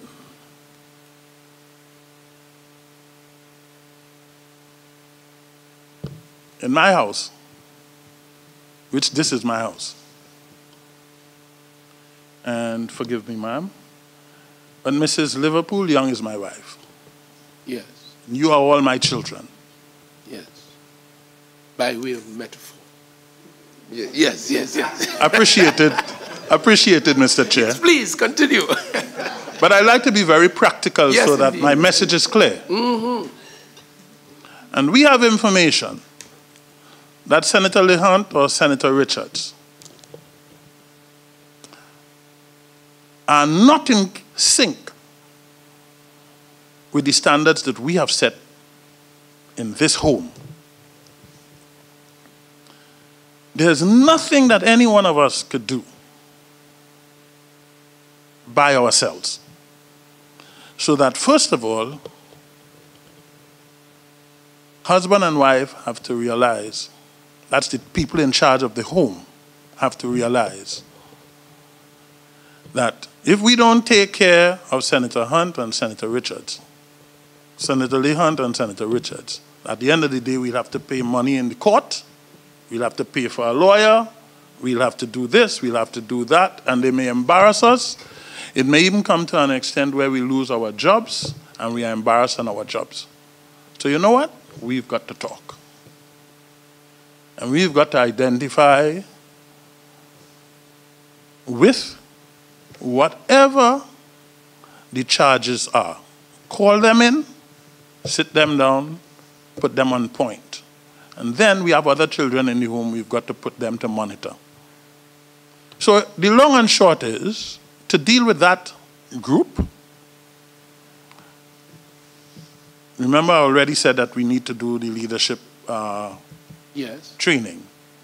You've got 3 types of training. You've got leadership training, you've got the induction training, and you've got the developmental training. Developmental training, I'm not straying, I'm going to come back, you'll see how I'll put it together. The developmental training is the training which an officer requires annually so as to maintain, 1, that which he was taught at the police academy, and 2, to improve in other areas which could not have been taught at the police academy by virtue of the short period designed for training. Yes. That's the developmental training. Yes. And why I put leadership training first is because nothing could happen good if the leadership is not right. So hence the reason I said we've got to talk. And when you identify what it is, you say, okay. So you build the disciplinary system. I saw here they make mention of the Police Professional Standard Bureau and the Police Complaints Division. They also make mention of the Police Complaints Authority. My humble view is that you join the Police Complaints Division with the Police Professional Standard Bureau. You have one compact unit, and within the unit you have different groups doing different but specific types of investigations with respect to discipline and statistics and administration and everything. You have one, rather than you have a little group here, and you say Professional Standard Bureau. To me, I never was in sync with that, and that's my suggestion. The Police Complaints Authority, they deal with in the manner in which and the purpose for which they were set up. So that these errant officers, once you have a good unit set up, you also need to have the issue of performance management systems, which is what we refer to in the police service as PMAS. Now, what happens in PMAS is that during the day, the week, the month, the year, everybody works. Nobody really follows the way it's supposed to be. But who is calling on who? For failing, in other words, if A fails to do the staff report in terms of the performance, or let's not say staff report, because there are a lot of different procedures. If A does not account properly for properly supervising B, then the supervisor of A should serve him a notice. And then you have the disciplinary system, which is like Police Complaints Division, etc., that is supposed to pursue against A based on this. What will happen is, just like if you get a heart attack, there is something called shock treatment. What will happen is that when one get it and two get it, I can bet you anything, everybody is going to start shaping up. Because there's a local parlance saying that says, in local parlance, you shape up or you ship out. So from your knowledge, that is not happening in the organization as we speak? Nope. Here's when you would hear that happening. Promotion is in the air. And I'll give you a real nice example, an experience. In 2010, I was the head of the Homicide Bureau of Investigation. I was the senior superintendent. There was a superintendent that worked with me. They called us up to the 5th floor to give us books. And everybody was going for books. And I said, listen, it's a murder to solve, and all you know me, right? I come out to solve murder, I work in. What were these books for? They would normally give you, I think, between 3 to 5 books. Thick textbooks. Yeah. And you are expected to read these books. And then you are engaged in a written examination as the first part of the process in the assessment for elevation to the higher rank. Okay, good, yes. So everybody ran for the books. The superintendent went and he got his books. He said, listen, I go see you, yes, Papa. I said, hey, buddy, here what? Let's stay and solve this one. He said, hey, buddy, let me tell you this, right? You see, this time, I had to get promoted. Now, at that time, both of us were superintendents of police. I was senior to him, so I was acting senior superintendent in charge of the homicide. For 3 months, which is the period they give you to study the books, I had seen him twice. And the twice that I had seen him was the twice that he came to get his traveling signed. And I spoke to him about it, and I spoke to senior officers about it as well. To make a long story short, we went through the process together. At the end of the day, I was confirmed as senior superintendent because I came, I think, 4th on the list or something like that. And he came something like about 30-something on the list, or 20-something. Yeah, or 30-something on the list. So he was not promoted. And he stayed home to study. Now, he is only one of several other officers around that time. From the time they hand you those books, don't look for a senior officer in office. If you do find them in office, is they come in like probably like 8:39, and by midday, 1 o'clock in the morning, 1 o'clock in the day, they're gone. They got to go study. The juniors running the service. This system is not, that system of promotion, I dare say, and I humbly say, while it might have been good intended, it turned out to be the little devil in the backyard. Thank you very much for that insight. Good afternoon again, Senator De Freitas. Could you let the committee know what was the system of promotion before? Was that always the system of promotion? No, sir. What was the system of promotion before that? Okay. Before that, that's before the assessment, right? Before that, officers, your staff report would count, yes. But then you'd be going before what is called a promotion advisory board. And the promotion advisory board, with a chairman, would interview you, and somehow they had a way of finding things that were supposed to be hidden by so-called supervisors. They would be able to identify with things. I am the beneficiary of going before the board in 1990. And I, on today's date, had an opportunity to say thanks to someone who chaired a board. And I'm very, very elated to be able to identify with that individual, an individual that preceded me on this chair. Joseph Harris. Very well, sir.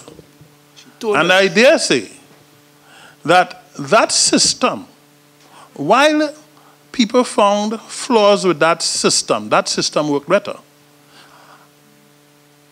Now, mention was made some time ago about the Joint Services Staff College, yes? The Joint Services Staff College did several things, you know. It prepared a platform for future leaders, because here it is, you have sergeants, and the equivalent of sergeants in the Coast Guard are petty officers. And then you have sergeants from the Defense Force, and you have prison officers, etc., and others.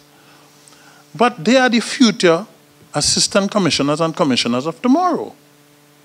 So the Joint Services Staff College prepared that platform for persons through their months there in school to learn of each other, to understand how they work at middle management levels, to share with each other, and to develop what is called a bond, which is so important. What happened then was that as people were elevated when they went back to whatever, and a situation arose in any one of the organizations, they could pick up the phone and call and say, hey, yeah, what? And therefore what you have is easy workings. That went down. And since that went down, it led me to say, that went down. Then there is another thing that happened that people even here may not agree with me. You see, when they said, when they increased the entrance qualifications for joining the police service to 5 subjects, let me make it clear so you will know that I am not one that is opposed to it. I'm from a very academic background. My mother being the first woman in Trinidad and Tobago to having attained what is called island scholarship. She was the very first woman in Trinidad and Tobago. And I could go on, a lot of firsts and a lot of that. But it's not about Wayne Dick. It's about just saying, setting the foundation to say, I agree with persons having higher forms of education, tertiary education and university degrees, etc. But I remember that while I joined the police service in 1977 with A-levels, O-levels, and not just one or two, 7 of them, and A-levels, while I joined, much against the wishes of my parents, I recall meeting people who didn't even have 1 O-level. And they were very successful in policing. Some of my great mentors didn't have any O-levels. People like Mr. Filbert, they didn't join the service with O-levels and qualifications. But you know what? You see the commitment?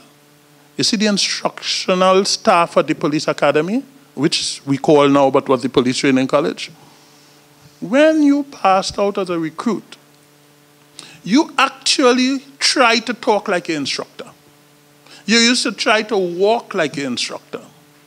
I heard an argument that, well, people come from this society, which what they call it, people come from this society now where the society in itself is of a very low ebb in morality and standards and so on. Yes, but let me tell you this, the same people, if you put them in New York, where I'm very often, and you see a bus pull up, nobody running in front of anybody to get onto that bus.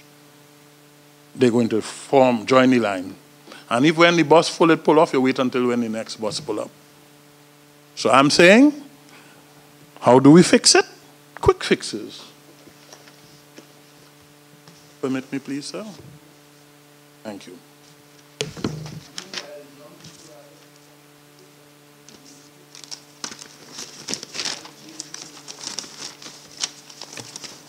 Others?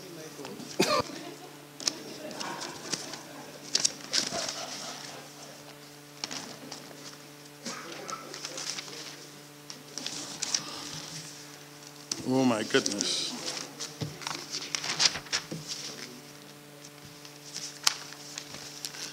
By the way, while I'm looking for this, there is something which we taught at the police academy too called transactional analysis. I had made a note. And it speaks to the ultimate goal which we set. That is, I am okay when you're in interaction with people. I'm okay, you are okay. I am okay, but you are not okay. I am not okay, but you are okay. And the worst case scenario is, I am not okay, and you are not okay. Now,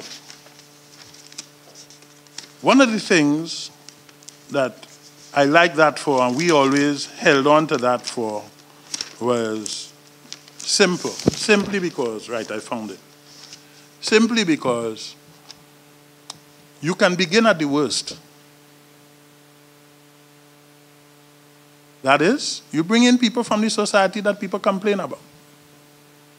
Once you have a proper institutionalized staff, that capacity is well implemented. It's really, really put together. And you have it around here, Just yesterday, I learned that there is a retired assistant commissioner. And when it's good, I could call name with your permission. It's good. And he volunteered. That's Mr. Moraine. Just yesterday, I learned that he is assisting officers at the police academy in putting together a whole issue and clarifying issues surrounding identification parades, judges' rules, identification by face, the different types of identification, etc. There are many officers. I recall there was one called Mr. Ned. And I have a whole file here from Mr. Fredericks, Fitzroy Fredericks. He studied law. And Mr. Fredericks, up till today, would research issues just like I do and send it out via email to all the top management of the police service. You know why? Because they are at a disadvantage. Quick to corporal, quick to sergeant, quick to inspector, quick to ASP, quick to superintendent, quick to senior superintendent. They're in charge now, and they never had an opportunity to even learn what the corporal rank wanted. There are many of them who know, because they make themselves know. They actually go out of their way to try to learn. Like there's an officer in charge of Northeastern Division, he goes out of his way to try to learn. Senior Superintendent Sagram Singh, he will go out of his way, he wants to know. And there are other officers. Mr. Buchan and all of that, they are still there in the service. And he wants to know, and he's learning, and he will go and speak to the DPP so he can be guided. But you know, that's what a person wants to do. How do we get a person to want to do it? So this is how we do it. I have a couple of them. I'll just run them through quickly. You select past experienced police officers and form a team if you want to fix the police service. Select past experienced police officers, not somebody who was in the police service. It have plenty of people who were in the police service and they just really want to, and some of them used to be like this, you know, they're ducking the high, and they pass and they get gratuity and pension, you know. But I'm talking about people who really, they really did it, and they have left legacies. You can get them. They will gladly come and do it for free. That's the passion they have. Form a team. When you form the team, let them identify the purpose of the TTPS. Look at their purpose. I heard someone a while ago speak to some things, but it's all really in the purpose. What's the purpose of the TTPS?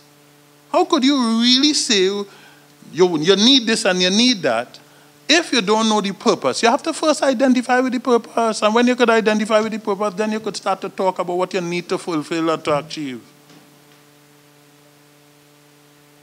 I don't want to copycat from anybody. I call what Wayne Dick have here, sir. It's what Wayne Dick have here. Right. Leadership. Leader and team must work hand in hand.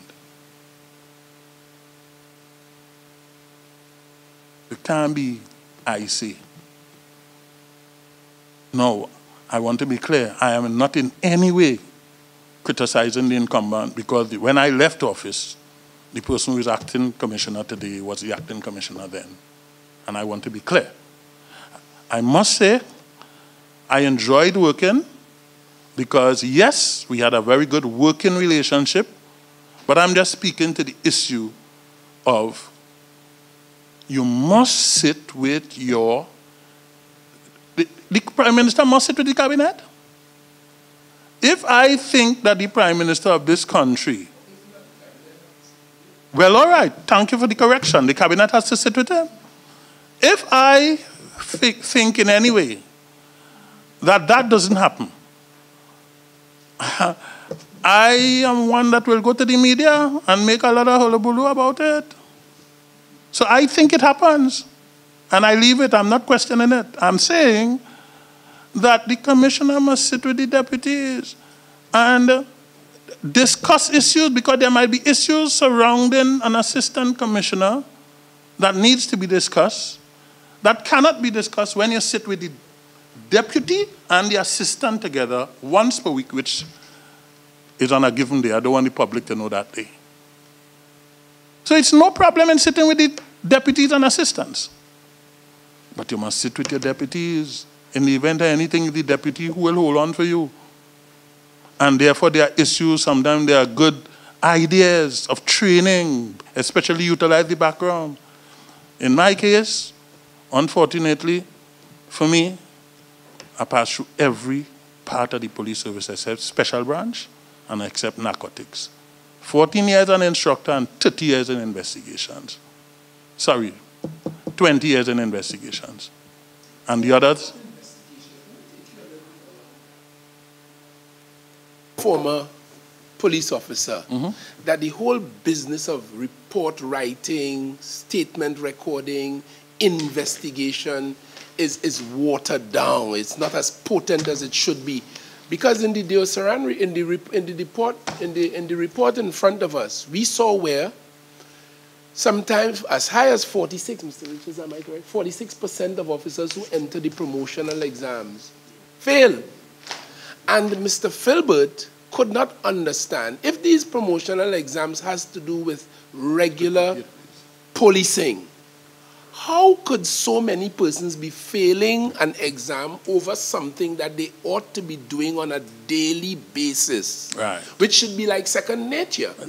And then the report identified that, if anything, some of the existing officers are complaining about the business of writing reports, thinking there could be a more easy way to do it because it takes up too much of their time, when that is the basis of investigations and to present matters to the court. What are your thoughts about this business of investigations as it relates to the police service? And the reason I raise it is because the public, as I told you initially, are now not reporting many crimes because they don't believe the police will solve it. So I would like your thoughts as an investigator of 20 plus years on that matter, so it will inform our recommendations to this Parliament and then the government for implementation. Thank you, sir. Let's begin with the report. The report recommends that simple accidents be taken away and be put for other agencies, as I recall, and even insurance companies. I sure saw that. Yes. Well, that mad. To ease up the burden on policing. Sir, with due respect, that is mad, because you now ask the question and that's the answer. It is the simple writing of a statement in a road traffic accident that helped build capacity within the young constable because he have nobody to show him. When he goes on a scene of an accident, he has to pull a tape to take measurements. In addition to that, he has to come back and report and take off in his station diary and fill out a form about where he saw the debris. So that is an introduction to the handling of a crime scene. That is the basis for which great investigators have been formed. It is from those simple little things. And when people speak this, I respect them. But that informs me that they have not, if it's police officers, they have not had the experience. And therefore, that's where you are asking the pertinent question, how do we treat with it? Well, we treated it by, as again, you might think I've beaten the training issue too much. No, sir. I'm not beating the training issue. We are at a point in the police service where I humbly suggest it is better to expend time, energy, and the few dollars that we can squeeze out of the budget to develop the TTPS and develop its capacity. What will happen is that when officers come out of the academy, they will come out of the academy like you did at one time in your life, and I did, with that burning desire to want to be a real good police. In the absence of that, they're coming out just to collect pay, and that is what's happening now, because they don't have that. In our days, even for first aid, I saw something here about first aid. There was a man called Kabaka, Mr. Maurice. And you know what Mr. Kabaka did? We used to have to do the same thing that I see in this report. And whether you like it or not, you do it. If you don't like it, pack your suitcase, your grip, we used to call it back in those days, and walk out the front gate. Now, there's this issue about enforcement. It's not hard to enforce the right thing. So, simultaneous with induction training that you can build capacity, you can utilize. I just passed a document, and I wouldn't pass the others, but I have several documents here, which as Deputy Commissioner of Police, I prepared, some of which I reiterated, like for instance, the same thing you asked about the question of preparation of a report, preparation of a case file, etc. All done by me because I was a lecturer, right? But we have good instructors, we have good people working outside, like acting assistant superintendent Lucas right now in the FIB branch. He is training people. And he is doing it voluntarily because he always says he has to beat, Mr. Dick, I go beat your recorder now. And then he came on and he said, I beat you, no? Not I beat you, I meet you. I said, when you say meet me, what do you mean? He said, well, I get everybody passing in my class, from my class for exam preparation now. I said, yeah, but I only once. He said, yeah, but don't worry, I will catch you. I said, you have 13 more to go. It's 14 straight years I do that for. So we have the capacity within the police, I keep saying academy, within the police service. We do have the capacity. What we have to do is identify with the capacity, join that we have identified with the, how we is called old police, but not just old police, the real core people who knows, who will volunteer, who will come. I've already called some names. Yes. Put a mix, and they will come up with all the needs for the police service, that in the training and operational sense. And then you have now the professionals who will come about the issue of human resource, etc., etc. Now, before you decide what you want for human resource, you have to know the purpose, with the purpose of the TPS. Well, I did that, so I was just going to finish. Yes. And then I'll give way to Senator De Freitas. Go ahead. So leadership, and then after you have leader and team, then you will have something called followership in team. So leader and team first. When they look around, you'll have followership in team. That's how the next step. The next step after that, as I just mentioned, there is a mention of an injection of international experience. One good thing the report didn't say is that is what we must do. The report actually frowned on it. The report says, and I agree with the report in that sense, because we've had where people come and they say, go to a training program. If you go to a training program and you attend a training program for 1 day or even 1 week, but never in life again, you have not been trained. This is a qualified trainer speaking.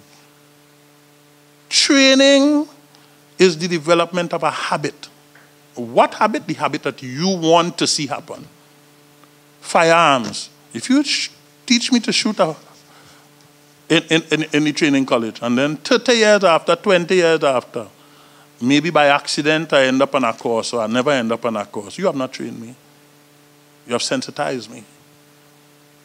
And if you want to teach me about laws and evidence and procedure and about the building of case files and how you conduct investigations, of which you have asked a while ago, you have alluded to, then there must be, my suggestion is, make mandatory hours of development and also pre-promotion programs such as the CADA that the Trinidad and Tobago Defense Force has built in within it. CADA, that's the name of it. So that if you know that 10 people are qualified for promotion by way of everything else, how do you select and separate the sheep from the goat? You put a CADA program in place. On the CADA program with the Defense Force, these people, I mean, maybe I'm a little too inquisitive, but when I question, they've got to go how to lead a team through different scenarios, how to go through the bush, how to go through in fire scenarios, in river and everything. Well, we don't need that. We need to know how, in the event of anything, if there's a situation in a police district, how you would take command. How you would keep your commanders informed. That is the head of the division, the commissioner, etc., so that the ministers, everybody would be informed. So that's where cadre program did. They prepare you for the next rank. If you are successful through your cadre program, should you be promoted. Rather than everybody has a message, which is not really accurate, It don't mean if you have a degree, you'll get promoted, But it is what is in the minds of police officers. So what do you have happening? Everybody running off to study for a degree. And they ain't studying the work. And while they're on the work, they're hiding in the back, cheating, trying to study. And what happens? At the end of the day, unlike what used to happen in our day, where it had a corporal in the charge room, a sergeant in the charge room, who will pull the law books, because in every charge room supposed to have a law volume, So they'll pull that law book, and they'll come and they'll say, hey, you, tell me something. If you go down the road and you see a man riding a bicycle, so. If you go down the road and a lady come to you and she say, mister, look at man, that's touched me butt there, so and so. So what would you do? So you put the officer on the test in the charge room. And what you have is discussions taking place. Those are informative discussions, on the job that you don't have to pay. You don't have to send nobody to university for that. But you know what? The officer ends up rounded. Reinstall core training subjects. Core policing subjects.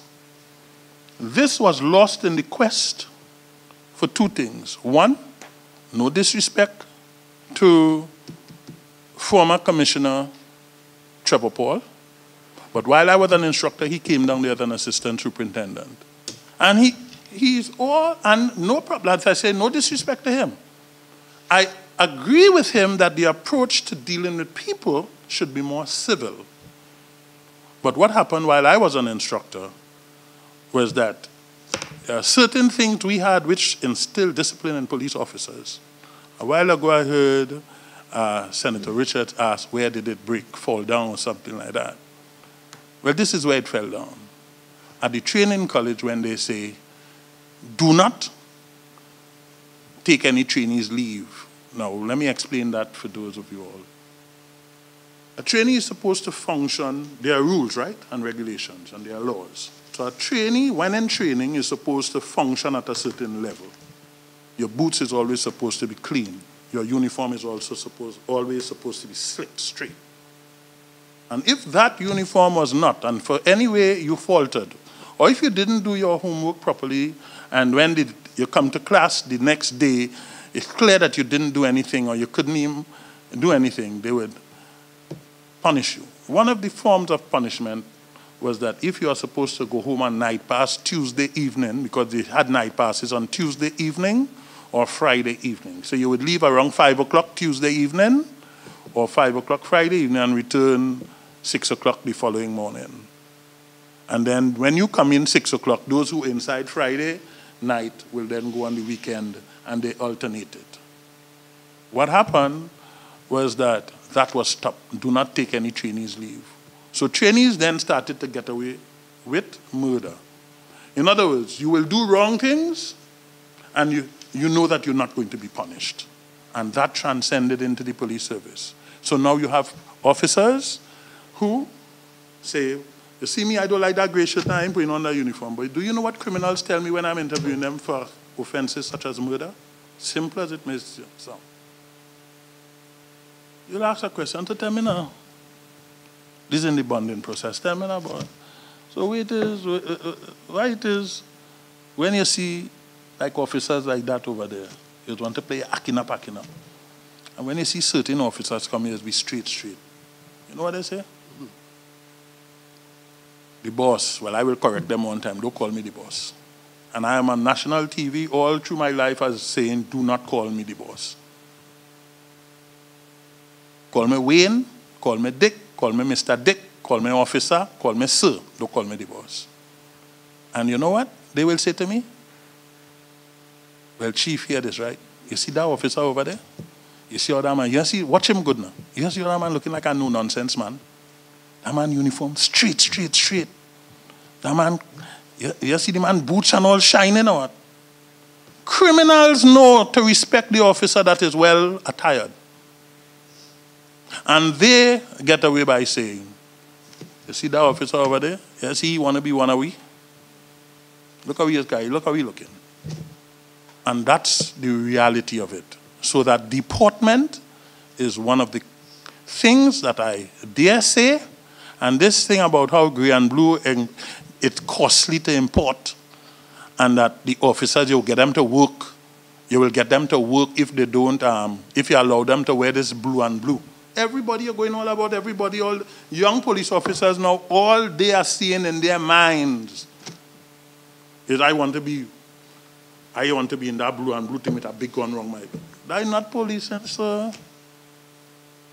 That's not it. Too much service oriented in making room for this. So let me explain that. I think when you join the service, and when I joined the service, I am sure of, and it continues up till this time, the period of training was 6 months. Yes, indeed. Back then, the 6 months, even when I was an instructor, we complained that the 6 months was inadequate to really teach police officers what they ought to know. But you know what? At least we used to kind of relax and say, you know what? At least the police officers getting core police training. So we kind of like was okay with that. From that era to now, in a quest to get the police training academy, which it is now known as, accredited, a lot of other subject areas have been introduced. But the period remains 6 months. So let's look at this glass. If years ago this glass was filled to capacity with blue marbles, because that's what you recognize as core policing subjects. But today, you recognize there is need to put in some red marbles which are more service-oriented to people and so on, and public relations, etc. Don't you think you'll have to get a bigger glass? You'll have to put an extension. In other words, instead of 6 months, you'll have to probably go to 9 months. If you are maintaining this at 6 months, but yet your marbles are inside of there, the red marbles, what do you think? How do you think you were able to get the red marbles in there? It's quite logical. You had to get rid of some of the blue marbles, meaning some of the core subject areas fell by the wayside. And hence the reason today you are seeing officers coming out and they don't have that capacity as officers of yesteryear. I am hoping that I have one more point. Yes. Community policing. Yes. And community policing. Yes. I even have a document on that. One of the things I learned in Cedros Police Station, which was my very first police station whilst living in Port of Spain. I wondered if they had sent me there as punishment from training, but it wasn't. Was that as a police officer, and I learned this from my father, who was a police officer. He said, when you go in any station district, these are the 5 things you need to know. In this order, no other order. Now, if your father tells you in this order, you have to, in those days, comply. When you go into the station district, learn first where the children are and get close to the children. After the children, you make sure they're on your side, get to the old people in the community. Make sure the old people are on your side. He said the third thing is, now back in the days, it was a macho thing. So he used to say it have girls who love the buttons. Today we say it the other way around. It have girls that love the buttons and it have boys that love the girls in the buttons. Which is a fact. So, once you have in any community, any community, and this is no different in New York City, it's no different in Miami. I say that because I have been there working there with them on training programs with the FBI. I have been the beneficiary of that, so I know what I'm speaking about. Lady, the children on your side first, the old people on your side, and then whoever just naturally like you because you're an officer. Here's what's going to happen to 4 and 5. Number 4 are going to be the parents of the children, because oftentimes the parents are still a little young. They're unreasonable. They will even try to get their children away from police. But here's what's going to happen. When they realize the children underneath them and their parents, which are the old people above them, for the police, and their own daughters or the sisters for the police, they just join in. What do you think happening to this group? Anybody have an idea what this group is? This group is the criminals. They start to snitch on one another. When they realize, wait now, boy, the whole community on the police side, drug selling here and drug selling here, A and B. What do you think doing? A coming and saying, officer, let me tell you this now. You know, it's a good one. People could tell you all kinds of things about me, but let me tell you this. B selling drugs, so and so, no? And then B coming and, officer, come. But A don't know B coming to tell you the same thing. You know what is happening? You get information on B from A and vice versa. And when you type the lash, you lash in both sides. You tell me you ain't get that community under control? Rest in peace, sir. Thank you. Senator De Freitas. Thank you, Mr. Chairman. I just want to start by thanking you. Because I think you would have gone into a lot of comments where questions that would have been asked prior, because we've had former ministers of national security, former commissioners of police, and now former deputy commissioner of police here. And the questions would have been, answers to the questions would have been coming out as we get deeper and deeper into the interviewees that we've been interviewing. What I'm starting to figure out from a holistic standpoint is exactly what is happening. And for me, it starts with a certain life principle, because I'm getting this now that in order to enforce the law and manage crime in Trinidad and Tobago, it's going to be difficult for any institution to do that if they themselves don't follow the rules and regulations within that institution. And the life principle that is born from is one that our grandparents would have told us, at least my grandparents. Whatever you do in the home, you're going to go out there and do the same thing. So they made sure in the home that you did the right thing, so that when you go out into society, you continue to do that right thing. And if the TTPS is not following their own rules and regulations, set up from years prior, because I asked that question of the former ministers of national security, I asked that question of the former commissioners of police. If this was working before, what changed? And I think I got that answer today. The rules and regulations that were so ingrained and entrained that it was actually passed down over the years from leadership come right down to the constable, at some point it would have stopped. So I'm going to ask you this question, because you sort of gave a solution to that in the sense that you can take the retired officers who are willing to volunteer their time and put them back into a training program where these things could be reinstituted. One of the things I know for sure that happens, especially in developed countries, is that they develop manuals, mainly because we know that individuals age and then they pass on. So I'm wondering, how many manuals do you have that are very specific so that these training things could be passed off, so that 100 years from now, anybody could pick up that manual and institute that training going forward? Sorry about that. I was asking about the manuals. Okay. Well, there's a lot of work existing in the police service, you know. A lot of work existing. It is where it is. I just passed a document that was prepared by me in 2010. If you look good and see what it is, for the guidance of the IATF. And that was with the support of now retired Assistant Commissioner Carlton Allen. Yes. He was once Assistant Commissioner Crime. You see? And that you would observe. And there are lots of other documents. I'm saying we do need many more manuals, but we don't really need many more manuals per se, but the standing orders is clear, you know. The regulations are clear, you know, on communication as well. Just Last week, I had to advise a junior officer. I'm a retired. I said, listen, you're called for advice, but I retired. I don't know why you don't go by your senior. If there's anything, when you're talking to the senior, say, sir, is it okay for me to call Mr. Dewey? I don't want nobody victimize you. That is human. So they could try to victimize him. But the thing was that a report was written and they wanted advice on to, well, they send the report somewhere and they didn't get any feedback on it.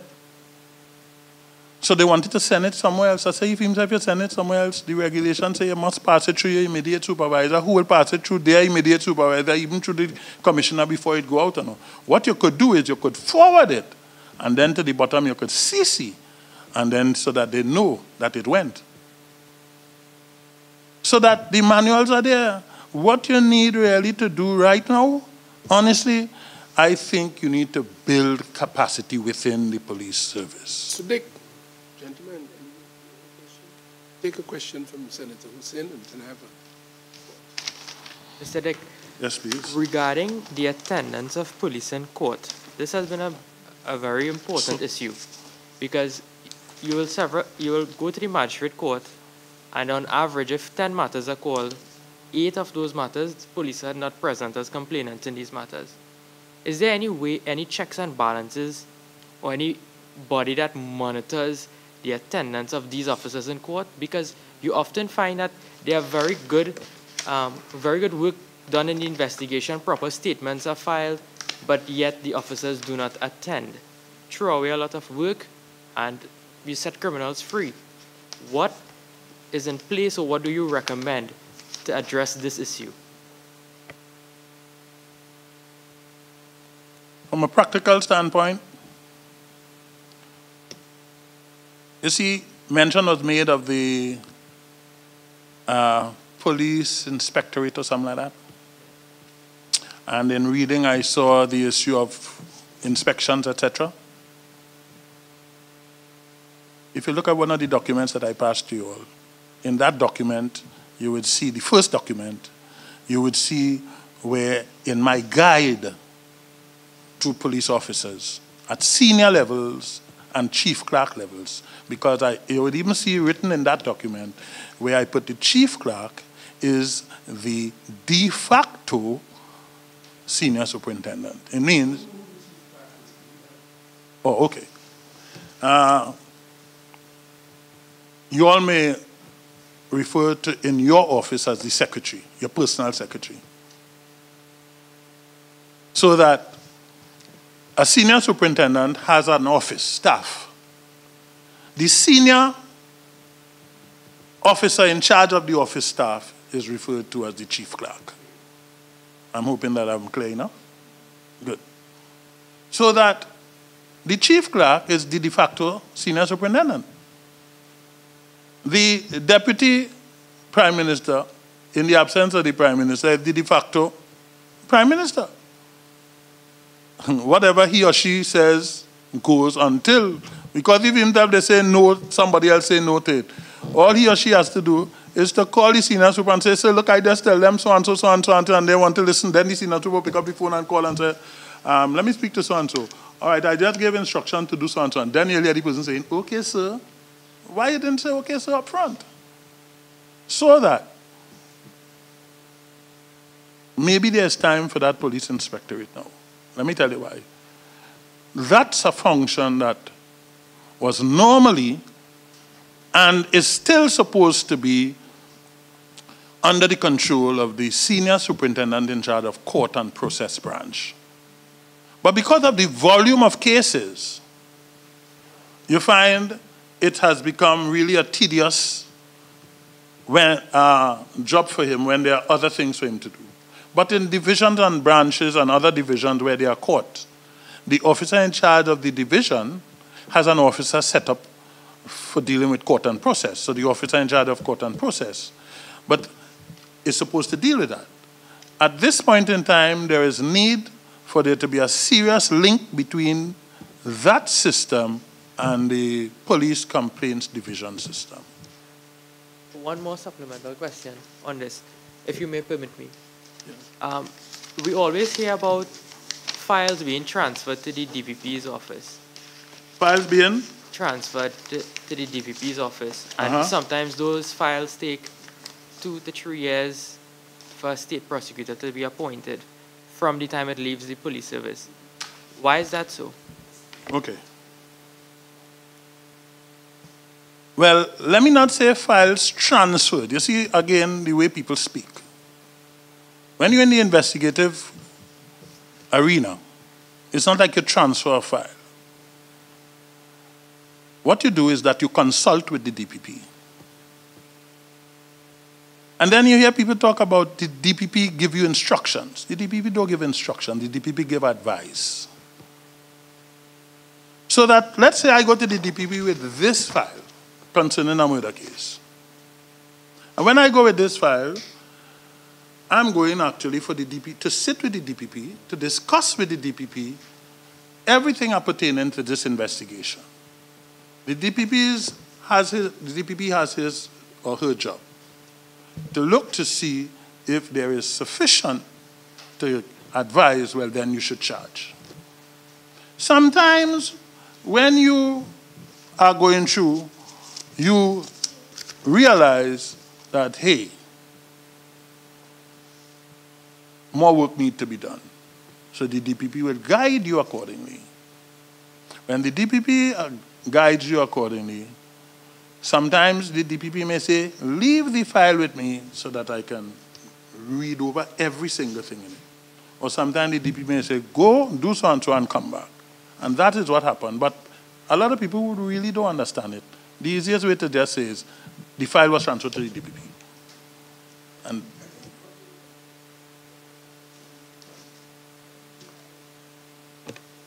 And it is time for the matter to, when the person is charged, the accused or the suspect is charged, and it is time for him to appear in the court, depending on who he or she is, it will require representation for the state, not by the police, that's by the DPP. Yeah. And very often, the file does not go to the DPP. So while the matter is in the court, and it is being adjourned, the DPP is saying, I haven't received the file yet to appoint a state attorney. So it's an administrative problem. It's an administrative, there, and it ought to be sorted out. Senator Lee Hunt.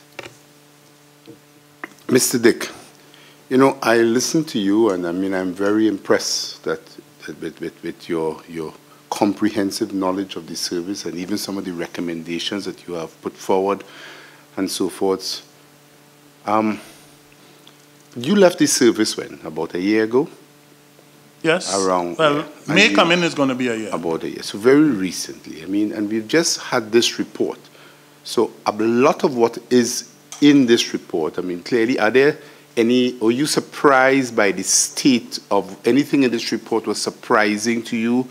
Or what do you feel is a true reflection of how the service is? Let me find that out first. Were there anything there in the report that was surprising, or were you think this is a true reflection of how it is? Most of what is in the report is a true reflection. Right. You think it was understated? Some of it understated? Well, softly? There are other issues that I think needed to probably say have a little growth to it. Go ahead, Mr. All right. So, okay. So that's a true reflection of the service that you just basically left at a very senior level. I mean, you're the deputy commissioner, very senior. And I heard you mention the things that you felt were lacking: leadership, discipline, training, and I think you mentioned one more. And I'm holistic, Huh? Holistic. Holistic. Because there is training. Done, and I did mention people like acting assistant superintendent Lucas and others. And then I was also impressed by you even mentioning that there were so much good people still within the service. Yes. So I'm trying to wrap my mind around you and what I'm seeing and what I'm hearing about you and your competency and what you were there to be able to effect change at the highest level. And then you had other people in the organization. But yet still, it seems to be a mismatch as to what is coming out as the reality. So I'm wondering, probably the problem was, as I said, the inability to exercise discipline, because you all had the power. You had the power in keeping with the changes in the legislation to discipline all the staff who are underneath you. You had the power to do it. And yet still we have the service in this state. I mean,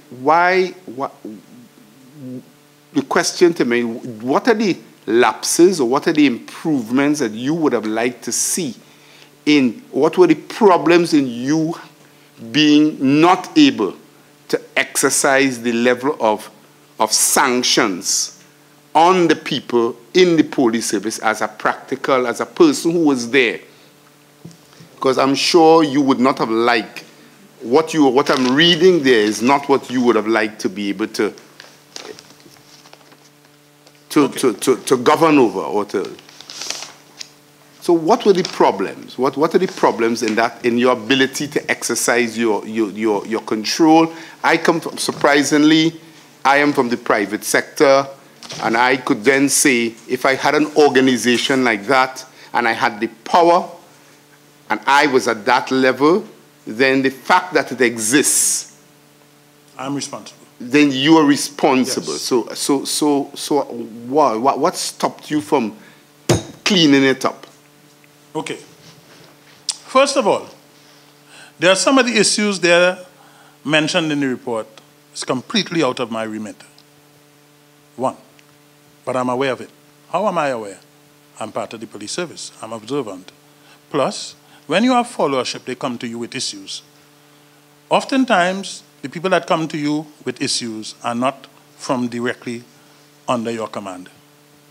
They are under the supervision of another, because it's not one deputy. So that I was responsible for crime. Deputy Commissioner responsible for crime. So at once, Mr. Dick, you would even hear some people say, oh God, he's a hard taskmaster. Yes. But you know what? At the end of the day, you would see the results. You would see if there's a problem in enterprise, dealt with. Maloney, dealt with. La Hoqueta, dealt with. Lavantil, Beverly Hills, dealt with. Police officer killed, dealt with.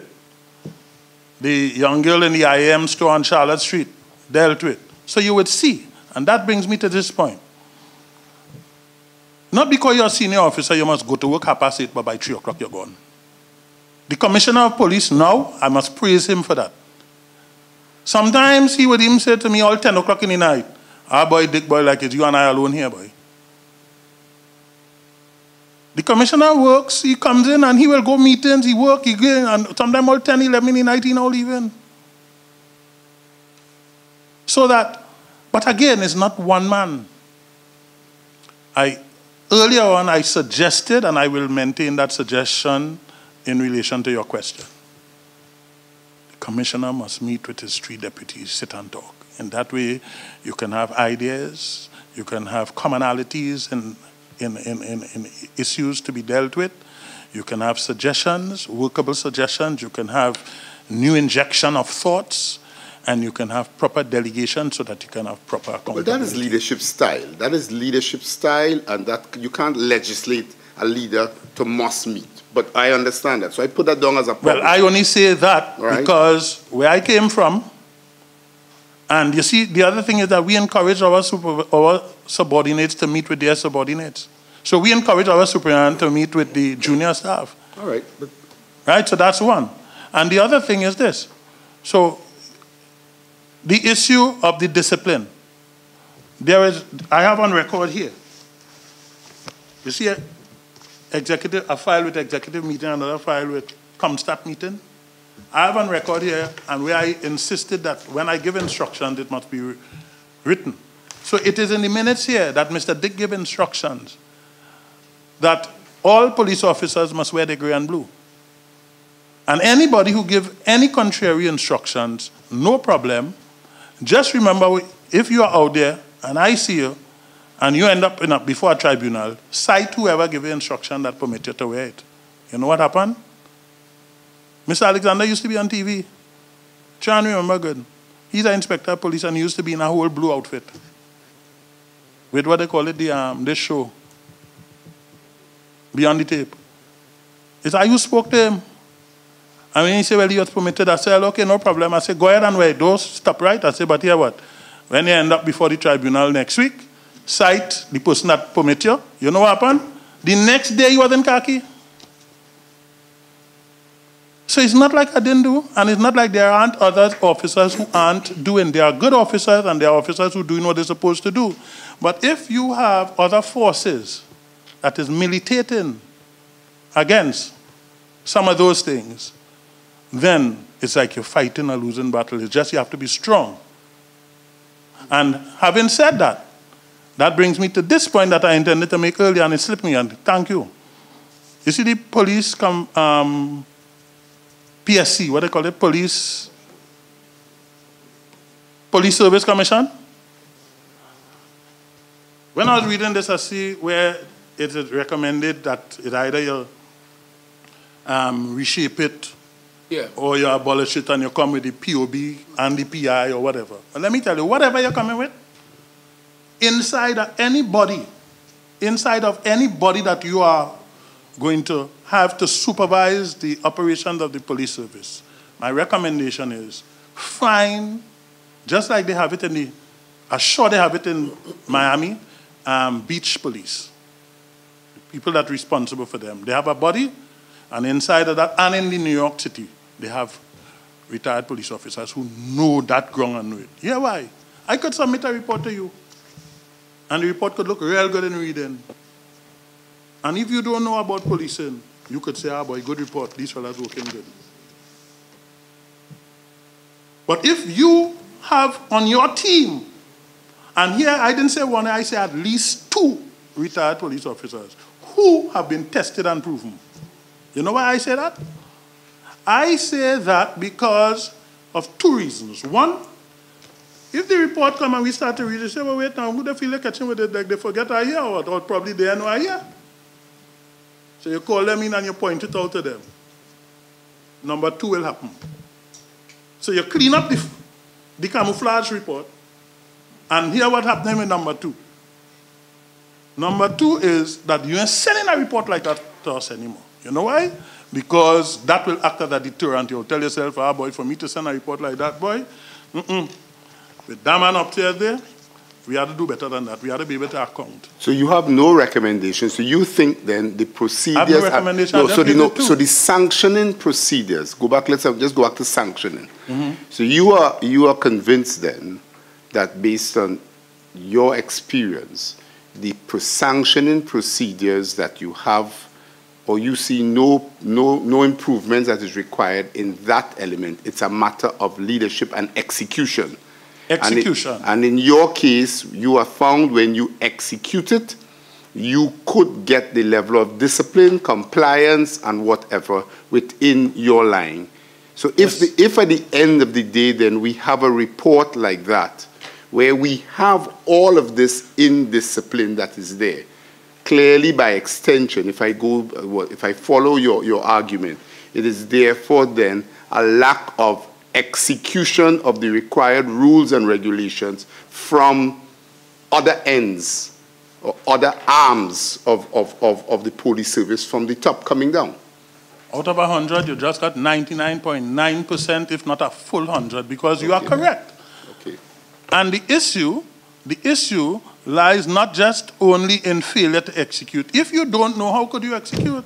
If you call in a plumber to fix let me say this other one. And this is my last nice demonstration of it. We're driving down the highway. Nice music playing in your car. You're enjoying it.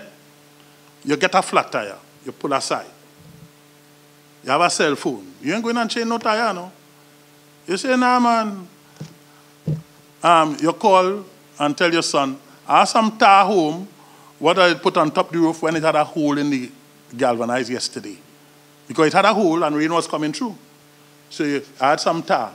Bring it now, just get a hole in my tire. It might sound like a joke, but let's be realistic about it. Let's be logical about it. If you need to fix something, you got to get somebody who knows about what they're fixing. You wouldn't take tar to fix the hole in a tire. You're going to call a tire repairman, or you're going to change the tire and then take it to a tire repair shop. So likewise, if you need to fix the police service, this recommendation about going to UTT, my children went, as a matter of fact, I have family teaching UTT. They just call me for advice. They call me for advice. How them fixing the police service? How could they teach? They cannot teach policing. Even what they could do, there are certain facets of it they can develop. Yes, they can. Because it is well known and accepted that today in this modern existence, a modern police organization ought to be possessed of all kinds of skills, not necessarily in relation to core policing, because in the course of an investigation, you know what a former minister from another political party told me? The police came to search his home. This was back in the 90s on a warrant. And he told me, I don't know if it's just being facetious, but I'm just repeating it. I hope it wasn't true. He told me that the police seized the monitor and left the CPU. So a police officer ought to know about computers as much as he must know core policing. Mr. Chair, with due respect, earlier on I said that when I alluded to that you have some good knowledge and experience, and you will leave the professional aspects. I did say that. You would leave the professional aspects for the professional. And I did say also, back in the day, Mr. Oscar Frederick sent us. Correct.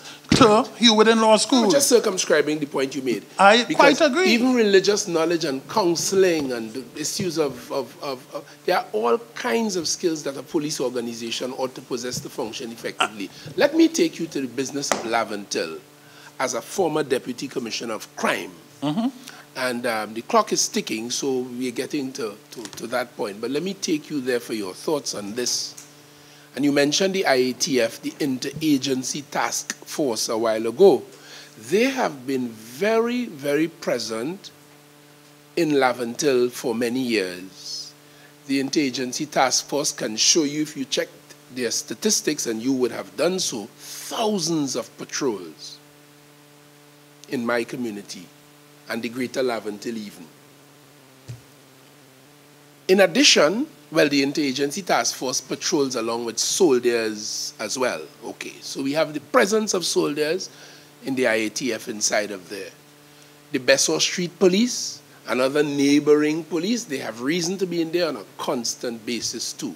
I understand the regiment has its own patrols, and you will know there are others in the neighborhood.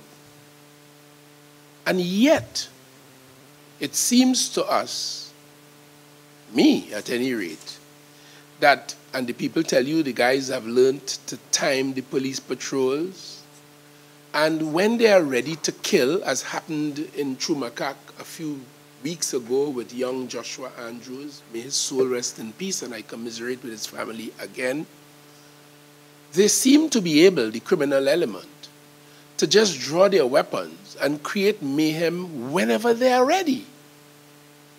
How do you, as a former Deputy Commissioner of Crime, explain that? And notwithstanding the very heavy presence of the police in the community, what else can the police service do to deal with the problem that I have just described to you? Because it appears, notwithstanding their presence, these things are happening at will and at whim. Thank you, Mr. Chair. Let me take your mind back a bit to one Saturday morning when there was burning of tires, etc. I recall. And I received a call to come out of my house. Yes, I was there as Member of Parliament representing my constituents. Good. My experience teaches me that there are three things. One is the same sort of rapport and actually establishing communication that took place on that given morning, which today there are people who still speak to, and they will, when I say speak to, not the incident. Mr. Dick, looking for a little job, help me now, I want to come out of the area. Or Mr. Dick, I'm looking for a little job, and because I'm from the area, people blanking me and things. See if you could sort me out now. Are you Mr. Dick is a real bad police? They may call him Mr. Dick. But you witness that interaction. Yes. So that's an interaction that is required and is required to maintain. IATF had, and I commend IATF in public, IATF for years had been doing that kind of thing. But what you find happening from time to time is sometimes they move people out from IATF and put other people who don't really have a heart for that. And it trickles down. I heard that term inside of here. Yes. When, if it's right here, then the troopers down to the bottom and getting this man to roll with me and fix it. So they become a little disillusioned and so on. So what you have, you put them in a vehicle, now they're driving through. The second thing is, there was a situation in Beverly Hills last January. Within the first 4 days or 5 days, there was something like about 4 murders at Beverly Hills. I reached out to you, and you hooked me up with the man in charge of T&Tech, Mr. Mr. Ramsuk. And by the next day after I talked to Mr. Ramsuk sent up a team and lit the entire, from the bottom of the hill all the way up to Beverly Hill. And that helped. So I'm saying you have different theories. You have things called the broken window theory. You have a lot of things. And the police, we have people that know about it. So that working with other institutions, other government institutions, agencies, but you must have that core team.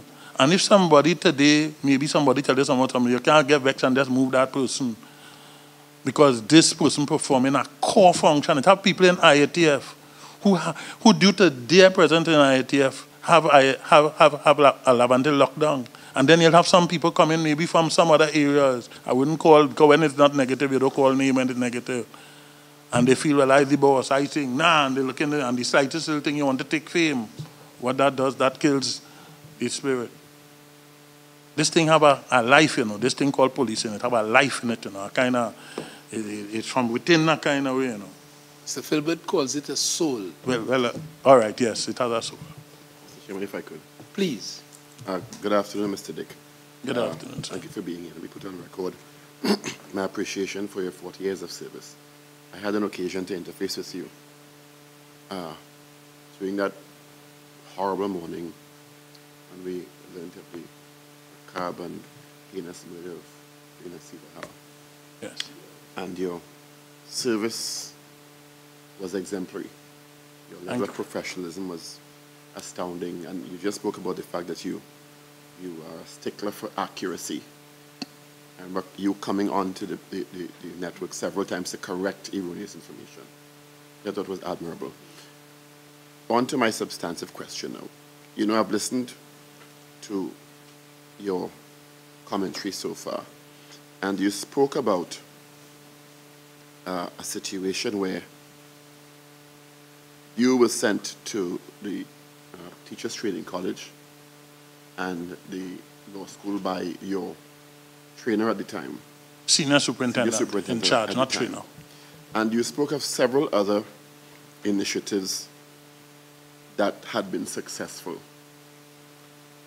And I'm wondering if and why there doesn't seem to be a documentation of initiatives and policies that work and that can transcend personnel, because it seems that if one person comes in, and management is like that sometimes, but then effective management has structure, procedure, and protocol.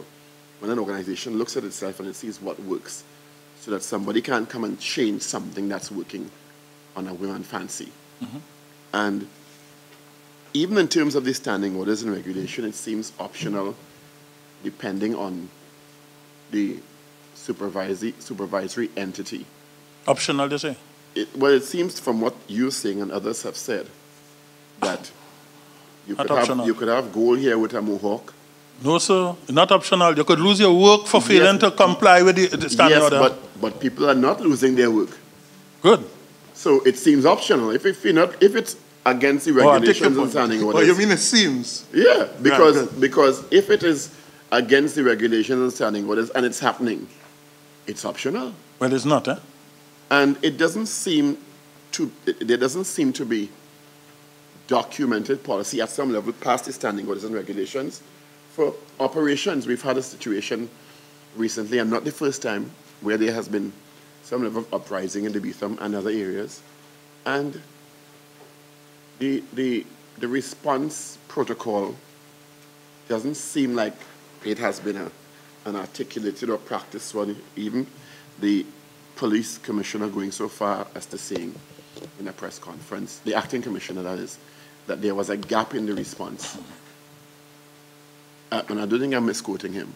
So I'm wondering if at that level there could be a gap in the response, if there's a documented procedure, protocol to certain situations, documentation of how training should happen, how continuous training should happen, how assessment of the impact of training is happening on a regular basis, which is what effective management is.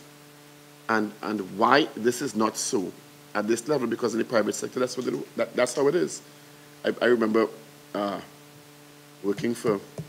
being hired by TV6 years ago, and the rigorous documented policy that was in place for somebody coming into that situation, including you get a manual, a company manual, stating procedures, regulations, and rules. You have supervisors at one level, even so much as every time you went on the air, your immediate supervisor had a meeting with you the next day to assess your performance and point out strengths and weaknesses. And the general manager will meet with you once a week to even continue that, so that there was a standard of operation and performance that was maintained because of the implication of individual performance levels on the organization. But it was all also documented, so even if you didn't understand the documentation of the procedures and protocols that were passed on to you, there was human interface that ensured that on a continuous basis. And is that present in the police service? Because it seems, from what you're telling me, that there have been several iterations of initiatives and ideas that have been effective that are optional or not. Sir, your perception is correct. In reality, there are just a few operational manuals really required, because the standing orders is very detailed. The regulations are also detailed. Now, even the issue of discipline as to the procedure in disciplining an officer is detailed. As again I say, a lot of the real issues here hinges on compliance, but the issue of response to failure to comply, you with me on that one? Mm-hmm. It resonates in the threshold of lack of knowledge. One. Lack of knowledge at what level? Throughout. That doesn't mean all officers don't know, because you do have good... Listen, one thing we are not hearing, and I didn't see the report pick it up, because to me, when I am doing a report, it's so comprehensive that it will speak to good and also speak to bad. Is there training on specific... And there are areas in the police service where there are no problems, because the supervisors of those areas are no-nonsense people, and they are knowledgeable, and everybody, you have the followership going in that vein. So you do have good, and you have a lot of good as well. I must commend the officers who continue to. I just came, when I was coming in here a while ago, although this is Parliament Police, I'm well respected. So when I was coming in, the officers saluted. I said, no, I'm out of it now. He says, sir, out of it or no out of it, you get in that, you know. When the officer was walking up, the officer, uniform, his color was like stick down, his shirt like, and I had to commend him and say, officer, I must commend you, and all I could do is advise you to continue. But then it comes down, the chairman of this committee says something often, that there are people being paid in Trinidad and Tobago for simply not doing their jobs. Correct. Different entities and at different levels. Are there mechanisms for accountability to your satisfaction in the police service to ensure not to my satisfaction at all. If there was, I would not have done a document which I just passed showing the issue of accountability. That was the heading of it, accountability. And I would not have done that document while sitting in the chair as Deputy Commissioner in responsibility for crime if I hadn't identified that as an issue. The issue of accountability, the standing order speaks of audit of firearms, simple little things. And in detail it tells you of, but it doesn't have the word audit. It has inspection of firearms and ammunition. It's an audit. It tells you of the time in which it should be done. It tells you of how regular it should be done. It tells you the regulation speaks to sick leave.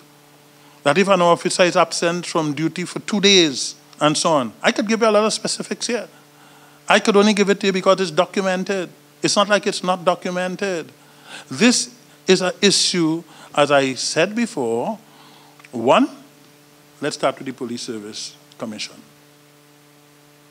Somebody has to know what the police service is about, what is required, and then you'll have the other professionals who deal with finance, who deal with administration. That's going to be my next question. How important, in your opinion, because you've outlined that, and we all know this, there are extremely competent people within the police service at different levels. Mm-hmm. But the report also speaks to an inability or unwillingness to integrate civilian professionals in the police service. Oh. How important is that? That now is in the HR department, which at one point in time, I don't know, you know I'm out, right? So I don't know if it's still on the 4th floor. But you're not out that long. Yes. And I'm saying that simply, no. I'm saying that simply because of location. That's all. In what way? Location, because they may have moved from 4th floor to 3rd floor, 5th floor. That is the only thing like that. Mr. Dick, I think the point that the Senator was raising is the report seems to reflect that there is a cultural issue, barriers in the minds of police officers. They don't easily welcome and entertain and respond to civilian personnel who are working within the police. That is correct, and it's both-sided. It is both-sided. Yes. There are issues where officers had problems, police officers had problems in getting the necessary assistance from civilians, and maybe because of how I am, I'll come and speak to them, they'll help them. But there are also issues where civilians had bad experiences when they treat with police officers bawl at them, treat them badly and so on, talk to them, so on. And again, if I will deal with that. But it's only one person, but there are others who will deal with it. But generally, yes, there is that sort of friction, yes. My next question is really an unrelated question, but related. Everything is related in this context. And it's a really simple question. Do you think, or has there been an assessment, because the academy training is 6 months, there has been an assessment of the writing competencies, I mean basic English writing competencies. At that level, because if you have writing and English issues, you can't fix it in 6 months. And in the service that transcends different levels, because there seems to be a report writing challenge in terms of doing the reports and also doing the reports professionally. Because they're very often, people presume, well, because you have 5 O-levels or you have a university degree, you could write. And we're seeing in several tertiary level institutions that they have to put remedial courses for basic writing at these institutions, and that may be an overlooked challenge in the service. Yes, there are such issues. However, there are officers, I can't tell, I have never done, say, the research, so I'll be able to give you the statistics on it, a statistical response that's accurate, but I do know from the fact that I used to teach promotion classes, and I continue to not just teach promotion classes, generally to I continue to assist officers. And just this week, an officer came to me with a report, and the way the report was structured, I had to advise him, hey, no, come. And I'll advise them, no, that's not the way, so. And it's just it's really, it's a little embarrassing, but yes. How do you fix it? Again, I said, really, it can be done if you look at training from 3 levels. The level of leadership first, induction second. Note, I didn't put induction first, which is when you now come in. Because when you now come in, you must already have a leader. And you must, when I say already have a leader, you must already have systems that are at work. So if you fix leadership, then you'll have systems at work. So when you come in now, induction training, you will come in and you have to conform. And you will be trained in a habit that we want to see that be your habit, which will be the discipline. So when we want to see you develop a particular habit, which is the discipline that is expected of you, then those things will be easy. The third thing is the developmental, which would take form through other social or even, let's say, technical fields, such as public speaking, say computers, IT, crime scenes, major crime investigations. I mean, I could go run through the host of it with you, but I'm saying those are the 3 spheres, and I think once you have that in place, everything else could just fix. While leadership is fixing here, induction training fixing here. Finally, do you think that the present resources and regulations and protocols available to the commissioner in terms of assessment and disciplinary procedures and accountability are adequate to marshal the lower ranks, or should they be amended or totally taken out of the hands of the commissioner at the lower levels? I don't think it should be taken out of the hands of the commissioner. I do not think it will be taken out. That's weakening. If you take away that from the commissioner, it's like a commissioner once said, I'm a toothless bulldog, you know. So I do not support that. But the first part of the question. Huh? Are the protocols and resources available to him? I think they are. However, I hold the view of my earlier recommendation, where I think the police complaints division should be joined together with the Professional Standard Bureau, well structured. I worked with something that I think you need to see. Why I talk about well structured, it's about organizational chart. It's about an organizational chart. In 2011, I was at the Mounted and Canine branch as the senior superintendent in charge of the Mounted and Canine branch. And one evening while sitting in my chair, which I normally did on a Friday evening, so all the guys will come to my office and we'll probably organize a cook. That's how you build team and camaraderie, which is so absent in the police service today. I saw something where I made a note, and it comes up here now. Leadership must not just be leadership on the basis of legitimate authority. It must be leadership on the basis as well of moral authority. People must not follow you because you say so. They must follow you because they feel that bond, that heat, that everything happening, that life, that you care about me. And I recall where This was done under former Commissioner Gibbs. This is Trinidad and Tobago Police Service Organizational Chart, a copy of it. And you know what this says? The Commissioner of Police was first, and immediately under him was a civilian head, then an assistant commissioner. Under them was the head finance, then a head, then another head, then another head, then another head, then another head. So that is one, under him was 1, 2, 3, 4. And on the 5th level, then you had deputy commissioner. Well, that incensed Wayne Nick to the extent that I started shooting calls. It may sound disrespectful, but I said, listen, if I, as a senior superintendent, who people tend to find this and that about, could identify with this, my training in records information management informs me that there is no way on an organizational chart that an assistant commissioner could be placed between the commissioner and the deputy commissioner, because the deputy commissioner is senior to the assistant commissioner.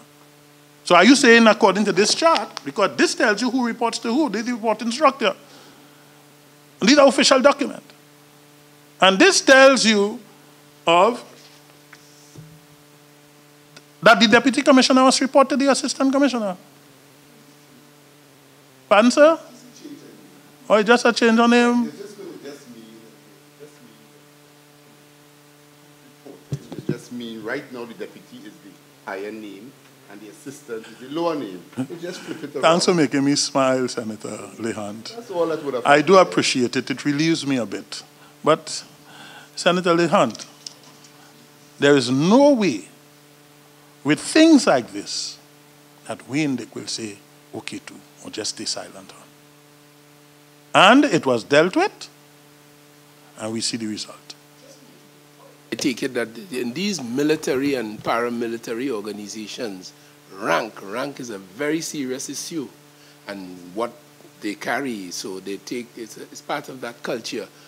And on that point, and it is now 5:31, I know that we had planned to stay until 10 p.m., but it is now 5:31, so we can begin to focus on an earlier evening out of here. The question of promotion. 2 issues I would like to raise. Oh, just a second. 2 issues. Generally speaking, we would probably want your thoughts, and if you wish, you can give us a synopsis now and in writing later. I would like to get your thoughts, given the importance of rank. And this question of promotion, any thoughts you may have on a better way to do it? We have played around with many different ways over the years, and we now clear that the current system is not working very well. You gave an example today of people getting the books and disappear for 3 months. That's bad for business. That's a real situation. We had examples of other people here when the committee, the Manpower Committee was here, where we saw there are a number of legal actions from aggrieved officers in respect of promotion that stymie the entire process. For years, 3 years, no promotions to the rank of sergeant. You recall? Or to the rank of inspector, yes. So that is not in the past. I am aware of that. Good. And therefore, something about the promotion system is seriously problematic. And we would like to get your thoughts on that. If you please, you can give us your thoughts in writing as to a better way now that you are out of this situation. I would have said it within, you know me, sir. Yes. And therefore, I would like to get your thoughts on that. Let me just give you the point form. And so you could take the point form, I could write it after. Yes. Right. So in point form, the first thing you need to address is bring clarity to the issues in the court. I'll tell you this. Lots of officers who are awaiting promotion for years, it has a very negative psychological effect. It impacts negatively on their performance. To embark on any other system now would also have legal challenges. Why? we know of precedents. Am I correct? Yes. And with precedents, that bind you. So that I would say, the first instance, get a legal team. And let the legal team, this is one that you have to go to Parliament with. Because you will definitely have to write a law, because it's the only thing that can supersede what exists, and to do anything otherwise will be ultra-virus. So you've got to do that. That's one. The second thing is, for all the ranks leading up to the rank of inspector, there should be a cadre program. Okay, you said so earlier, yes. Meaning a training program in preparation for the rank. In preparation So for the rank, and it's only if you are successful in the cadre program, yes, could you be considered for promotion. Right. So for example, a constable gets a program of training preparing him to be promoted to corporal. Right. There's an exam, he's successful, then he runs the possibility of being promoted. Only then he's considered. Considered for promotion. And built into that cadre program, there must be, simultaneous, not built in, because that's a separate thing. Simultaneous with the cadre program, there should be mandatory hours, which I recommended, and it's officially recommended, that police officers, it be made mandatory for them to, in any given year, to at least attend 40 hours or 80 hours, is something that you could work out. I'm just hypothetically calling numbers here. Contact hours in terms of developmental training. Right. So that you wouldn't have issues of can't write a report. You wouldn't have issues of can't investigate a homicide, cannot do this, cannot do that. In the context of the Defense Force with the cadre program, all the persons who are successful in that cadre program will be promoted, generally around the same time. Yeah. That has serious cost implications for an organization as big as the police service. You have a structure, so you may not need all of the people who pass to become corporals. So it means after the cadre program, there'll still have to be some kind of assessment or discrimination as to who should get promoted. Right. So you just push the problem a little bit further up. No, I push it a little bit further up. What it does, you put in an elimination process now into it. And I'll tell you this, there are several senior officers who have been, in my humble opinion, shielded. And today they are in position, never attended court, can't even advise you how to submit a simple little report, even application. It might sound bad, it's a fact.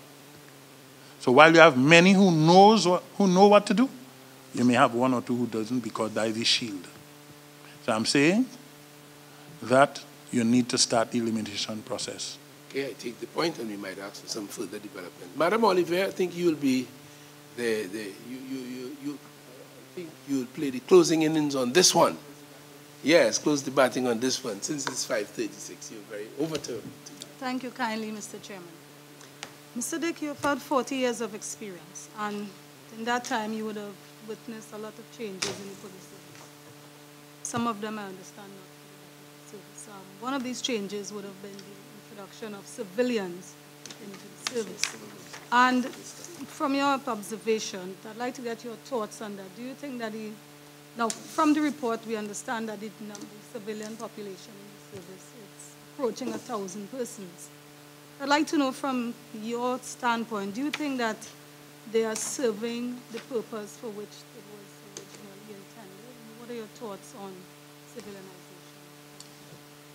For a few of these civilian officers that I know at varying levels, and I say varying level, if you look at it from the bottom up, even as simple as typist, as stenographer, or as high as head of human resource, or the person in charge of the vehicle, that's Mr. Julius. Fleet manager. Excellent job. Fleet manager. Fleet manager, excellent job. Mr. Julius does an excellent job. But you know what? At times, he could run into a problem when he makes a suggestion, or somebody makes a suggestion, and they tend to think this is real. So I think it's good. However, again, You might think a beating, maybe it's how I come from our training background, yeah? But you see, if we keep, don't tell them once that they have to work with the civilian. You see, if you have interface sessions like this on a regular basis, maybe twice a year, it will get the point home. In that way, you are going to say to because at that level, they're more or less dealing with middle managers and senior managers. You are going to speak out to the commissioner who is sitting here about what the senior officer is doing, that is not in sync with good relations, and vice versa. The senior officer may speak out as to some issue where you are practicing something that's not in sync with good relations. I'm one who believes that face-to-face is always great. Ain't nothing greater than that. Apart from the personal relationship between the officers and the civilians, but do you think the objective of having introduced civilians in the first place was met? I mean, well, yeah, do you see that? Well, it was not met. There are serious challenges. One major challenge, and people don't see it, is that in the past, HR was being built really good. Really, really, really good. HR was, I mean, you could actually say, ah, boy, in 2 shakes of the duck, you can actually see a good HR. And it was going good until someone left the service. That is one. But that being said, you had a lot of senior police officers who would have stayed and worked, whether it's up to 8, 9 in the night, to make sure the pay sheet completed, sick leave records filed away, and so on.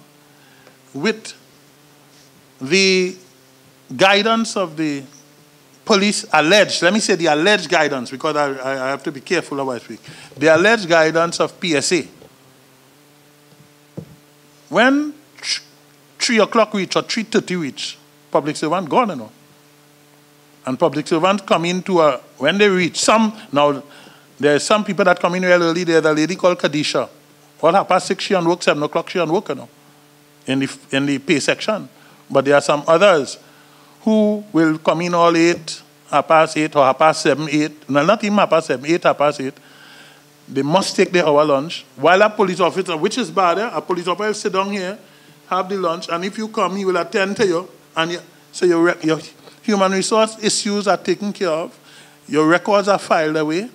Salaries on time, back pay on time, and a whole host, vacation leave records on spot. All those things once occurred in the police service, and it was good. And then when you started moving them out, what happened was that you move them out and you bring in civilians. But then sometimes there is a message where this person is transferred to act in a higher post with effect from tomorrow morning. So there is no transition, there is no handover, there is no guidance. And what happens is that this whole desk just keep piling high because this person now has to learn it on her own, now his own. And then by tomorrow somebody else come and change again. And then the officer comes. You see, I was here last week and it had a different lady and the lady told me something and he can't understand why and he called in. I come in here about a month or 2 months or 3 months. So, to put it simply, while I appreciate in the public service, they can't just transfer people to work in the police and leave them there, right through, it is something that they should consider. And if they cannot consider that, put that back in the hands of police officers who will have to be compliant because of the standing orders and the regulations in doing their job. So when the air condition break down, where they say, hey, air condition, it ain't matter breakdown, it just ain't matter work too good. No, like in the licensing officer, it just has to be a little too cold. Yes, it just has to work too good. They will up and they go on. So when you come by that desk after the morning period, after 12:30, nobody there, no. But they getting paid for the whole day. And you can't vex with them because why? That is what they negotiated with the DPA. So that's the the crux of the matter. So to fix it, you either transfer, you post people to work within the police service as civilians permanently, or if you can't do that, put it back in the under the police. And this thing about police, you need the police on the street. Let me tell you something that I frowning upon up to today. Port of Spain, detectives are detectives. And detectives ought to be investigating reports of crime. They ought to be treating with issues of crime and follow-up. To take detectives and put them and say, you're going and do a static by this corner, or you're going and do a static by this corner for 4 hours, when that detective have files from either, if the person from fraud squad or from CID, they have investigations to investigate. Now, when they finish, you can't vet to them if they're not going back to work or not, because they work their hours already. And then you're taking senior officers, a first division officer, in areas where they are homicide or some investigative area, and tell them they have to go on what is called a ride along in the night. Now, let me tell you what happens then. If I'm a senior officer, and you tell me I have to go on a ride along in the night, I can't work whole day and then go and ride along in the night. And it means I have to leave work half day today. So I come into work and work half day. So my office, which requires me to supervise serious investigations, like homicide and other things, my office now requires me, but I'm not around to assist them. They need advice, but I'm not there. They need guidance, I'm not there. They need someone to conduct what is called investigative conferencing. That is something that I keep drilling. And Mr. Filbert used to drill it. So they need someone. But I'm not there. You know why I'm not there? Because I work tonight. Now, when I go and work tonight, it's only 4 hours I work in the night. But when I finish tonight, I can't work tomorrow. Remember, I have police association too, and I have entitlements as well in terms of hours. So when I finish work tomorrow morning, 2 o'clock, don't expect to see me tomorrow. I'm off tomorrow because I have to come to work the following day. So my office technically have lost me for half day today and whole day tomorrow. Well, Mr. Dick, what do you think happened to investigations? Well, Mr. Dick, down. On that point, from a very honest and practical standpoint, and given that there are military personnel in this world, Navy SEALs, for an example, in the United States, who have been trained to stay awake for 1, maybe 4 days or more without sleep. They push their bodies in that training to the limit so that they can do their job. 7 days. Survival. Really seriously speaking, if a man works 8 to 4 and he's asked to do a 4-hour shift once a month or once every 2 weeks, a ride along with his juniors. This is once you a week. Mean to, once a week? I think it's once a week or once every other week. And we've seen some serious overtime bills, which has become a problem, and I understand the commissioner has cut out some of it or all of it. And I commend him for that. Because his budget and the country's budget cannot afford it. And worse still, based on the results, detection, and all of that coming from the police service, no one could be easily convinced that all of that overtime was justified or necessary. So let me ask, in a very practical way, if an officer has to do an extra 4 hours once per week, so he works 40 hours, and he's asked to do 44 per week, you mean he has to leave work 12 o'clock the day of the shift, and can't come to work the following morning because of that 4 hours? So if we had a state of emergency or a crisis in this country where the police was coming under attack, and all officials in this country was coming under attack, you mean that fella is helpless?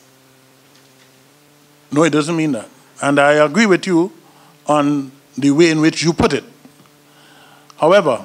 So I submit, just before you respond, it's just an attitude of mind. And from your submissions, you have confirmed, because I always suspected it, to me, that the police service, based on the analysis with the civilians a while ago and relationships and how the civilians, they are conditioned too cold, they go on at midday where the police might stay and all of that, it seems to me that the police service is as well afflicted by the productivity and the low work ethic, the low energy performance that Trinidad and Tobago as a whole in the ministry, in all across the public sector, and private too, is afflicted by. That's my view, based on what I've heard. Agreed, and it can be addressed. And it has to be addressed. And I think your colleagues in the police service has to take a healthier attitude than that.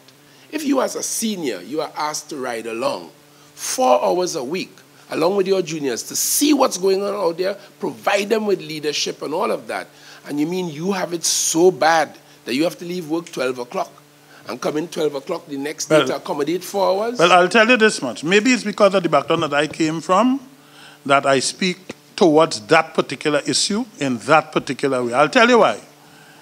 I know of an officer now who comes to work in the morning and sometimes all 8, 9, 10 in the night, he's still there, Corbett. You know Mr. Corbett? And there are others, right? But you see in the investigative area, you see to read a file, simple as it may think, to read a file, to fight with people handwriting or sometimes, and even if it's typewritten, sometimes you see the errors to pick up because you, as an attorney, more than anything else, will appreciate here, no disrespect to anybody else, that the slightest mistake in a statement could throw the case out at the High Court level. So therefore, the kind of commitment, the kind of attention, it really wears on a person's mind, and not any and anybody could work in those areas. So there are very few, and listen, there are very few in the entire homicide. In the entire country, there are probably just about 4 or 5 such officers. I hold the view that if those 4 or 5 officers are left out of the stream of doing that kind of duty, you will gain more as a service in terms of what they can input otherwise in supervising serious investigation, in bringing the perpetrators of those homicides and otherwise, and maybe serious instances of rape and burglary, etc., before the court. No, it's not general. I'm just talking about, I was very clear when I said in those serious investigative areas. Okay. In the other areas, it's all good because they do not have that strain in the volume one and with the intensity as the officers in the homicide bureau.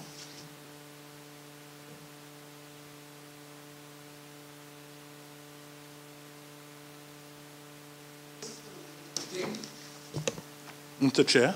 On behalf of my colleagues on this committee, on behalf of the larger Parliament, and let me say on behalf of all of the people of Trinidad and Tobago, we very deeply and sincerely thank you for taking the time, for taking the spirit of patriotism to the level that you have taken it to be with us today.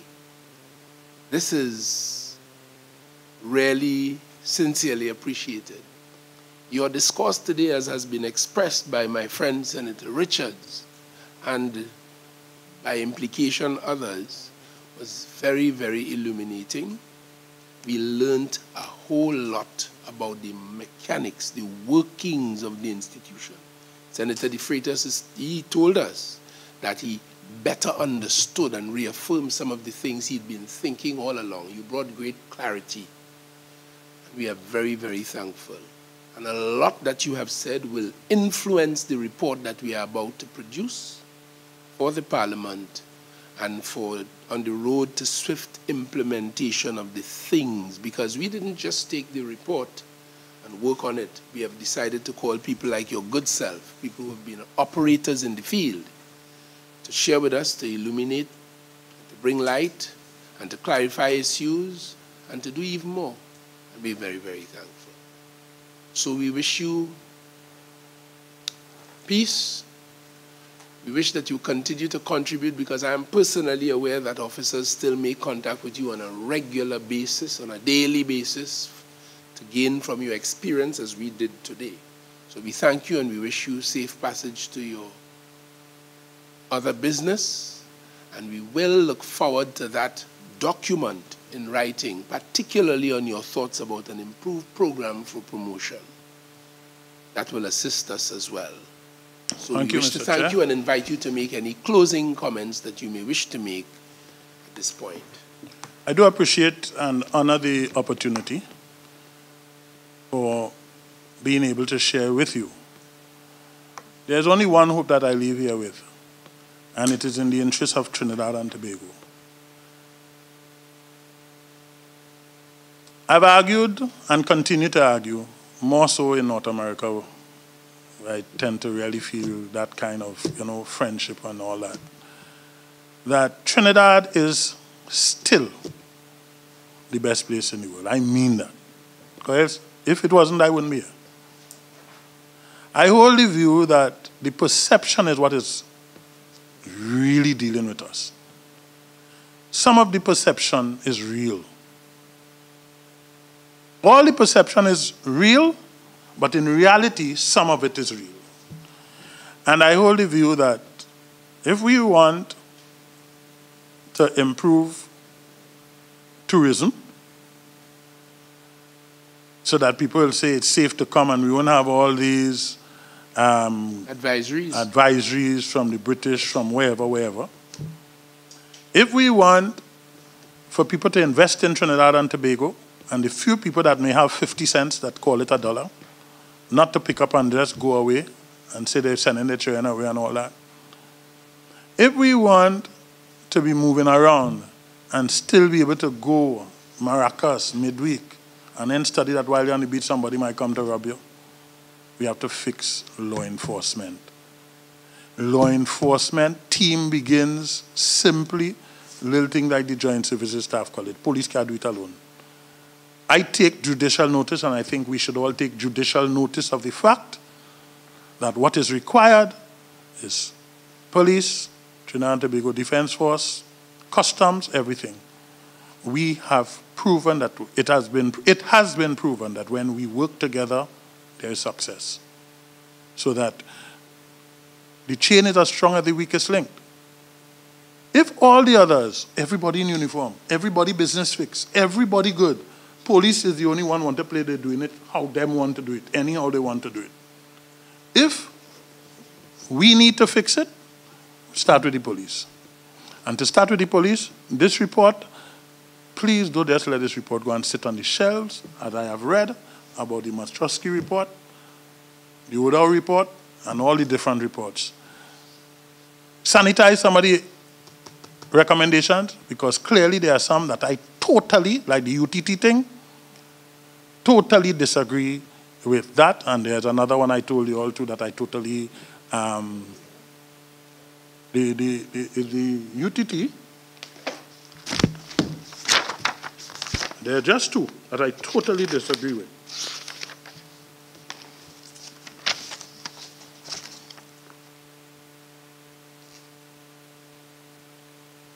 Right, UTT is one, look at here in big, it marked disagree.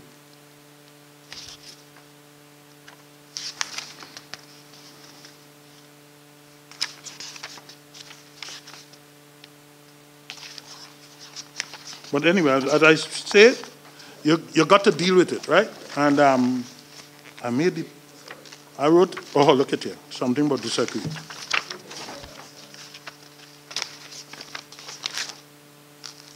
Right.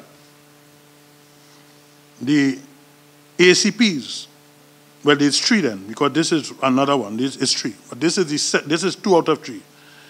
ACPs should be appointed by the oversight body in consultation with the COP. Let me tell you, I'm the beneficiary of an associate degree that I received at Cipriani College of Labor and Industrial Relations. When I went there, it was one name, and during my era, in 1995-97, that it changed when I did my first diploma there. Back then, I was a Central Committee member, represented the Police Academy. And Mr. Haid, Mr. Williams, and they were the we all, like with the steering committee business. And they started it. One of the recommendations back in those days was that to become an assistant commissioner of police, you had to have a law degree or a management degree, but to become a deputy commissioner or a commissioner, you had to have a law degree. And I vehemently spoke out against that on the floor.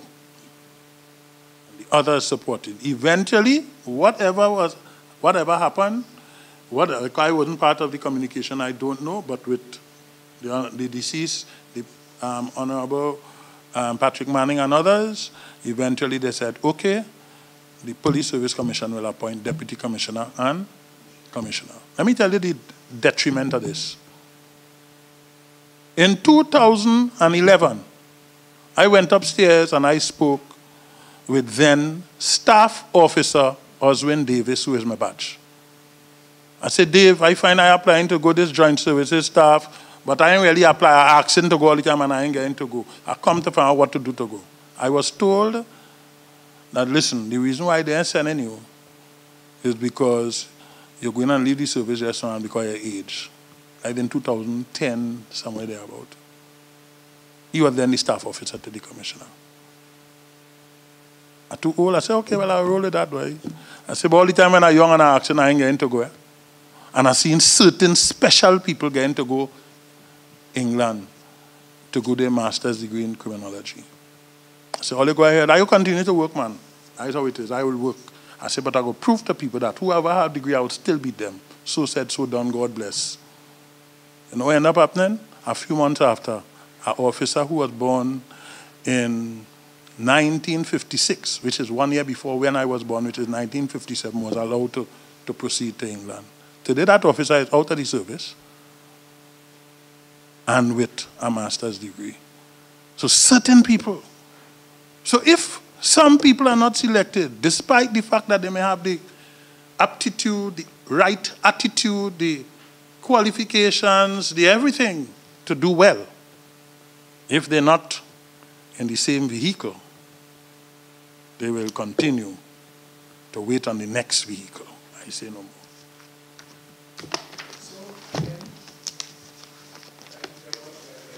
The third matter that you said you vehemently disagreed with might very well be, I hope I'm correct, the matter of taking away the insurance, the investigations at that level. I did make note of that. RTAs, road traffic accident totally investigations. That's the third and one. hiving it off to insurance that companies is the third or one. otherwise. That should never happen. It is, sometimes you see somebody looking like a little shippity and you say, oh God, that where we get any police service by? And that person took the job serious in investigating a little road traffic accident, taking statement and so on. And when you see that person, a couple of years after, they come right back to work with you on that homicide. And you have to end up saying, you know, when I saw you, I want to know what kind of trippy people come in here. Because I saw. I said, but I ain't gonna lie to you, but hey, you really make it, you know. And they turn around and are the people now who can teach people how to write a good report. The best of investigators, from the time I joined the service, they had told me, and they continue to reiterate, if you want to be a good investigator, start off investigating road traffic accidents. Thank you, Mr. Dick. God bless you, and all the very best. Thank you. We now, members, we suspend this sitting so as to permit Mr. Dick to be... No.